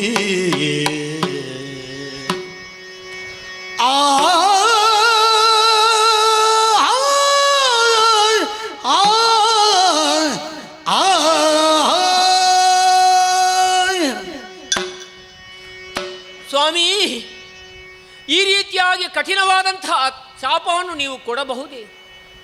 ಘನತರವಾದಂತಹ ರಸವನ್ನು ಆಚರಿಸಿ ರಾಗದ್ವೇಷಗಳಿಗೆ ಅತಿತರಾಗಿ ಲೋಕೋದ್ಧಾರವನ್ನೇ ತನ್ನ ಚರಮಲಕ್ಷ್ಯ ಪರಮಲಕ್ಷ್ಯವನ್ನಾಗಿರಿಸಿಕೊಂಡಂತಹ ತಾವುಗಳೂ ಕೂಡ ಈ ರೀತಿಯಾಗಿ ಒಬ್ಬ ಹೆಣ್ಣಿನ ಮೇಲೆ ಶಪಿಸುವುದೇ ಸ್ವಾಮಿ? ಕರುಣಾಸಾಗರಲ್ಲವೇ ತಾವು? ಋಷಿಗಳಿಗೆ ಕೋಪ ಬರುವುದುಂಟೆ, ಸಾತ್ವಿಕ ಕೋಪ ಬರಬಹುದಂತೆ ಸ್ವಾಮಿ. ಈ ರೀತಿಯಾದಂತಹ ಘೋರವಾದಂತಹ ಕಾಠಿಣ್ಯವುಳ್ಳಂತಹ ಶಬ್ದದಿಂದ ನನ್ನನ್ನು ನೀವು ಶಪಿಸಿದಿರೆ ನನಗೆ ಜ್ಞಾನೋದವಾಯಿತು, ನನ್ನದ್ದಂಥ ತಪ್ಪಿನ ಅರಿವು ನನಗಾಯಿತು ಸ್ವಾಮಿ. ನನ್ನನ್ನು ಮನ್ನಿಸಿ ಸ್ವಾಮಿ. ನಿಮ್ಮ ಪಾದಪದ್ಮಗಳಿಗೆ ಇದೋ ನನ್ನ ಮಂಡೆಯನ್ನು ಮಣಿದು ಆ ಮೂಲಕವಾಗಿ ನಿಮ್ಮಲ್ಲಿ ಕ್ಷಮೆಯನ್ನು ಯಾಚಿಸ್ತಾ ಇದ್ದೇನೆ. ನನ್ನನ್ನು ಕ್ಷಮಿಸಿ ಸ್ವಾಮಿ, ಕ್ಷಮಿಸಿ ಕ್ಷಮಿಸಿ. ಈಗ ಪಶ್ಚಾತ್ತಾಪ ಆಯಿತು ನಿನಗೆ. ಹೌದು, ದುಡುಕುತನದಿಂದ ವರ್ತಿಸಿದ ಕಾರಣಕ್ಕಾಗಿ ಶಪಿತಳಾಗಬೇಕಾದಂಥ ಪರಿಸ್ಥಿತಿ ಬಂತು ಅಂತ ಈಗ ನೀನು ಜಾಗೃತಿಯನ್ನು ಹೊಂದಿದ್ದಿ. ಹೌದು ಮಗಳೇ, ಋಷಿಗಳಾದಂತಹ ನಾವು ಶೀಘ್ರ ಕೋಪಿಗಳಿರ್ಬೋದು, ಆದರೆ ದೀರ್ಘ ದ್ವೇಷಿಗಳಲ್ಲ. ನಿನಗೆ ಕೊಟ್ಟ ಶಾಪವನ್ನು ಪುನಃ ಹಿಂತೆಗೆದುಕೊಳ್ಳೇ ಇಲ್ಲ, ಆದರೆ ನಿನಗೆ ಅನುಗ್ರಹದ ದಾರಿಯನ್ನು ತೋರಿಸ್ತೇನೆ. ಏನು ಸ್ವಾಮಿ? ಮಗಳೇ ನಂದಿನಿಗೆ ಕೇತಗಳೇ ಮನದಲ್ಲಿ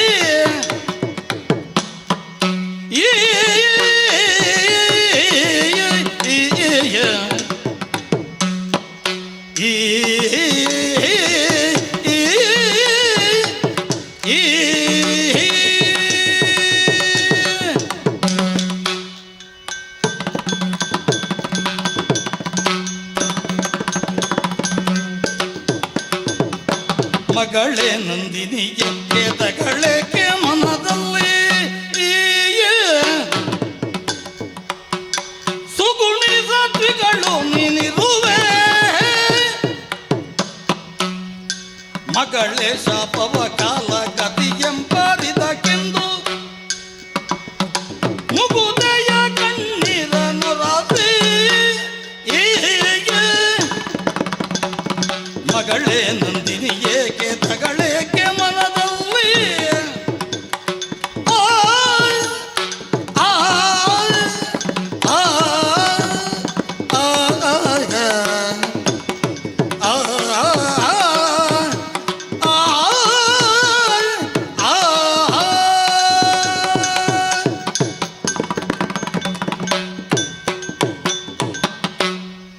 ಮಗಳೇ ನಂದಿನಿ, ಸ್ವಾಮಿ, ಪಶ್ಚಾತ್ತಾಪದ ಅಗ್ನಿಯಲ್ಲಿ ಬೇಯ್ತಾ ಇದ್ದಿ ಅಂತ ಅರ್ಥ ಆಯಿತು. ಹೌದು, ಧಾರಾಕಾರವಾಗಿ ಕಣ್ಣೀರ ಕೋಡಿಯನ್ನೇ ಹರಿಸ್ತಾ ಇದ್ದಿ. ಅನತಿ ಪೂರ್ವದಲ್ಲಿ ನೀನು ಏನು ಪ್ರಕಟಿಸಿದ್ದಿ ಅಹಂಭಾವ, ಅದ್ಯಾವುದೂ ಇಲ್ಲ. ವಿನಯ ಅಂದರೆ ಏನು ಎನ್ನುವುದನ್ನು ವಿನಯವೇ ಮೈವೆತ್ತ ರೀತಿಯಲ್ಲಿ ನೀನು ಕೈ ಮುಗಿದು ಪ್ರಾರ್ಥನೆಯನ್ನು ಮಾಡ್ತಾ ಇದ್ದಿ. ಹೌದು ಸ್ವಾಮಿ. ನನ್ನ ಮನಸ್ಸು ಕರಗಿದೆ. ಹಾಗಂತ ಋಷಿವಾಕ್ಯ ಯಾವತ್ತೂ ಹುಸಿಯಾಗುವುದಿಲ್ಲ. ಇಲ್ಲ, ಕೊಟ್ಟ ಶಾಪ ಅದು ಫಲಿಸಲೇಬೇಕು. ಆಹಾ, ಆದರೆ ಶಾಪ ಕೊಟ್ಟು ಬೆನ್ನು ಹಾಕಿ ನಾನು ಹೋಗಲಿಲ್ಲ ಅಂದೇಳಿ ನನ್ನ ಅನುಗ್ರಹಿಸುವ ಬುದ್ಧಿ ನನಗುಂಟು ಅಂತ ಅರ್ಥ. ಉಂಟೆ ಸ್ವಾಮಿ. ಶಾಶ್ವತವಾಗಿ ನೀನು ನದಿಯಾಗಿ ಹರಿದು ಹೋಗುವೆ ಎನ್ನುವ ಹಾಗೆ ನಾನು ಕೊಟ್ಟಿದ್ದರೂ ಕೂಡ ಅದನ್ನು ಬದಲಾಯಿಸುವುದಕ್ಕೆ ನನಗೆ ಸಾಧ್ಯ ಆಗುತ್ತದೆ. ಒಂದು ಅವಧಿ ನಿರ್ಣಯ ಅಂತ ಮಾಡುವ. ಅದು ಕಾಣುತ್ತಾ ಇರುವಂತಹ ಕನಕಗಿರಿಯಲ್ಲಿ ಅದನ್ನೇರಿ ಅಲ್ಲಿಂದ ನೀನು ನದಿಯಾಗಿ ಪ್ರವಹಿಸು. ನೀನು ನದಿಯಾಗಿ ಪ್ರವಹಿಸಿದಾಗ ಜೀವಜಲವಿಲ್ಲದೆ ಕಂಗೆಟ್ಟಂತಹ ಜನರಿಗೆ ಜೀವನಾಶ್ರಯ ಸಿಕ್ಕಿದ ಹಾಗಾಗುತ್ತದೆ. ಜೀವಜಲದಿಂದ ಭೂಮಿ ವಸುಂಧರೆ ನಳನಳಿಸುವುದಕ್ಕೆ ಸಾಧ್ಯ ಆಗುತ್ತದೆ. ಆ ಪುಣ್ಯದ ಫಲದಿಂದ ನಿನಗೂ ಭಾಗ್ಯೋದಯ ಆಗುವುದಕ್ಕಿದೆ. ಓಹೋ, ನೀನು ಹರಿಯುತ್ತಾ ಹೋಗ್ತಾ ಇರುವಂತಹ ಸಂದರ್ಭದಲ್ಲಿ ನಿನ್ನ ಕಟಿ ಪ್ರದೇಶದಲ್ಲಿ ಆ ಜಗದಂಬೆಯೇ ಮೈವೆತ್ತು ಬರ್ತಾಳೆ. ಯಾವಾಗ ಅವಳು ಜನಿಸಿ ಬರ್ತಾಳೋ, ನಿನ್ನ ಕಟಿ ಪ್ರದೇಶದಿಂದ ಅವಳು ಉದ್ಭವಿಸ್ತಾಳೋ, ಆ ಕಾಲಕ್ಕೆ ಅವಳೇ ನಿನಗೆ ಅನುಗ್ರಹವನ್ನು ಮಾಡ್ತಾಳೆ. ಮರಳಿ ಸ್ವಸ್ಥಾನವನ್ನು ಸೇರುವುದಕ್ಕೆ ನಿನಗೆ ಸಾಧ್ಯ ಇದೆ. ಈ ದಾರಿಯಲ್ಲದೆ ಬೇರೇನನ್ನೂ ಮಾಡುವುದಕ್ಕೆ ನಾನು ಸಾಧ್ಯ ಇಲ್ಲ. ಒಳ್ಳೆಯದಾಗಲಿ ನಿನಗೆ. ಧನ್ಯನಾದೆ. ಒಳ್ಳೆಯದು, ಹೋಗಿ. ಆ ಜಗದಂಬಿಕೆಯನ್ನೇ ಧ್ಯಾನಿಸ್ತೇನೆ. ಪಾಲಿಪುದೆಲೆ ವಿಮಲೆ, ಓ ತಾಯಿ, ಪಾಲಿಪುದೆಲೆ ವಿಮಲೆ, ಜಗಜೀವಳಿ ನೀಳಾಲಗಿ ಸಿರಿ ಕಾಮಳವ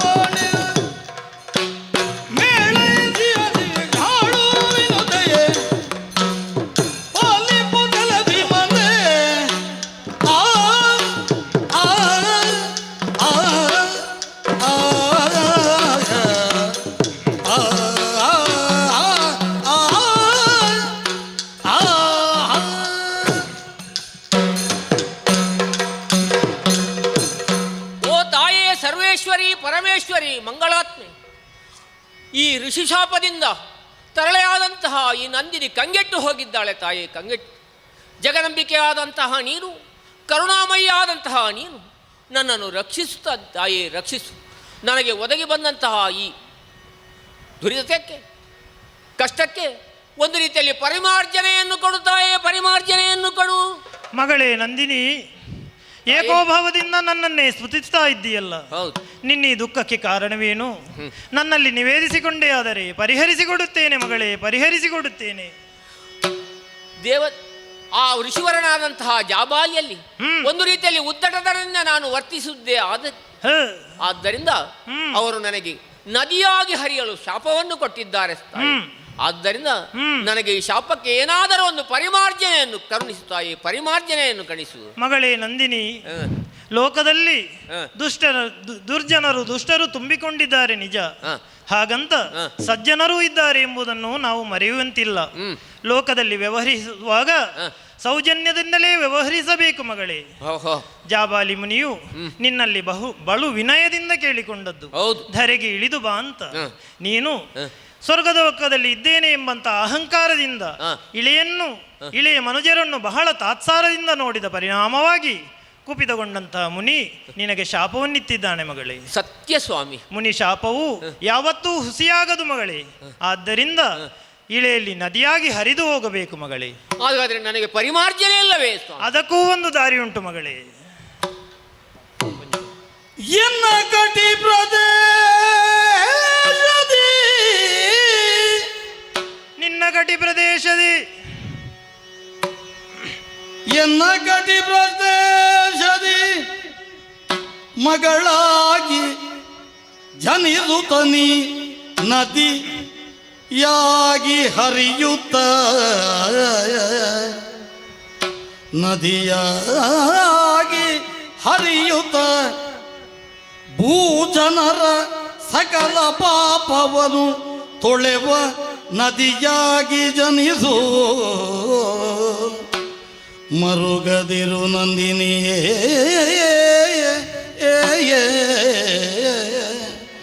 ಮಗಳೇ.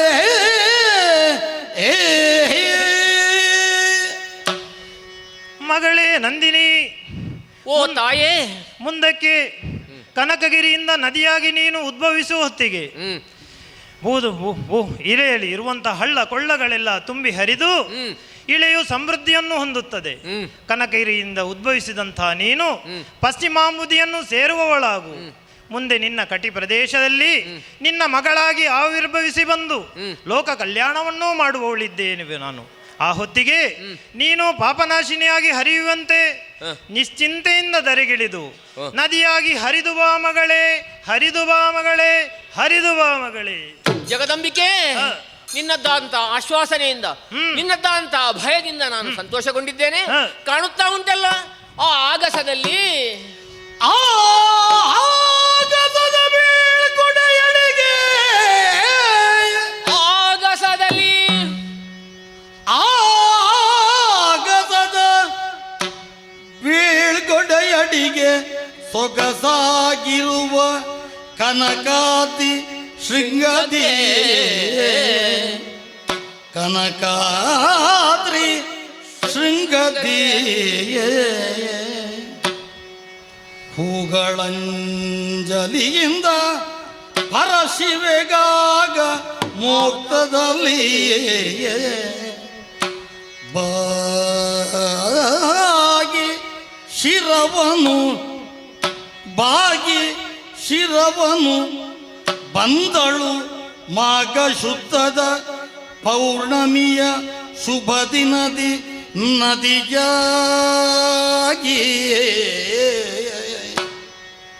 ಮಾಘ ಶುದ್ಧದ ಪೌರ್ಣಮಿಯ ಶುಭ ದಿನದಿ ನದಿಯಾಗಿ, ನದಿಯಾಗಿ ಬಂದಳು, ನದಿಯಾಗಿ ಬಂದಳು, ನದಿಯಾಗಿ.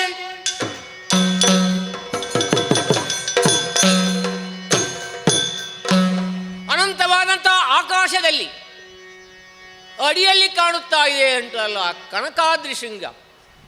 ಆ ಶೃಂಗಕ್ಕೆ ಹೋಗಿ ಪುಷ್ಪಾಂಜಲಿಯಿಂದ ಆಗಮೋಕ್ತದಲ್ಲಿ ಆ ಜಗದಂಬಿಕೆಯನ್ನು ಪ್ರಾರ್ಥಿಸುತ್ತೇನೆ. ಅಷ್ಟು ಮಾತ್ರವಲ್ಲ, ಮಾರ್ಗಶಿರ ಶುದ್ಧ ಪೌರ್ಣಮಿಯ ದಿನದಂದು ಈ ಶೃಂಗದಿಂದಲೇ ನಂದಿನಿ ನದಿಯಾಗಿ ಹರಿಯುತ್ತೇನೆ ಹರಿಯುತ್ತೇನೆ ಹರಿಯುತ್ತೇನೆ.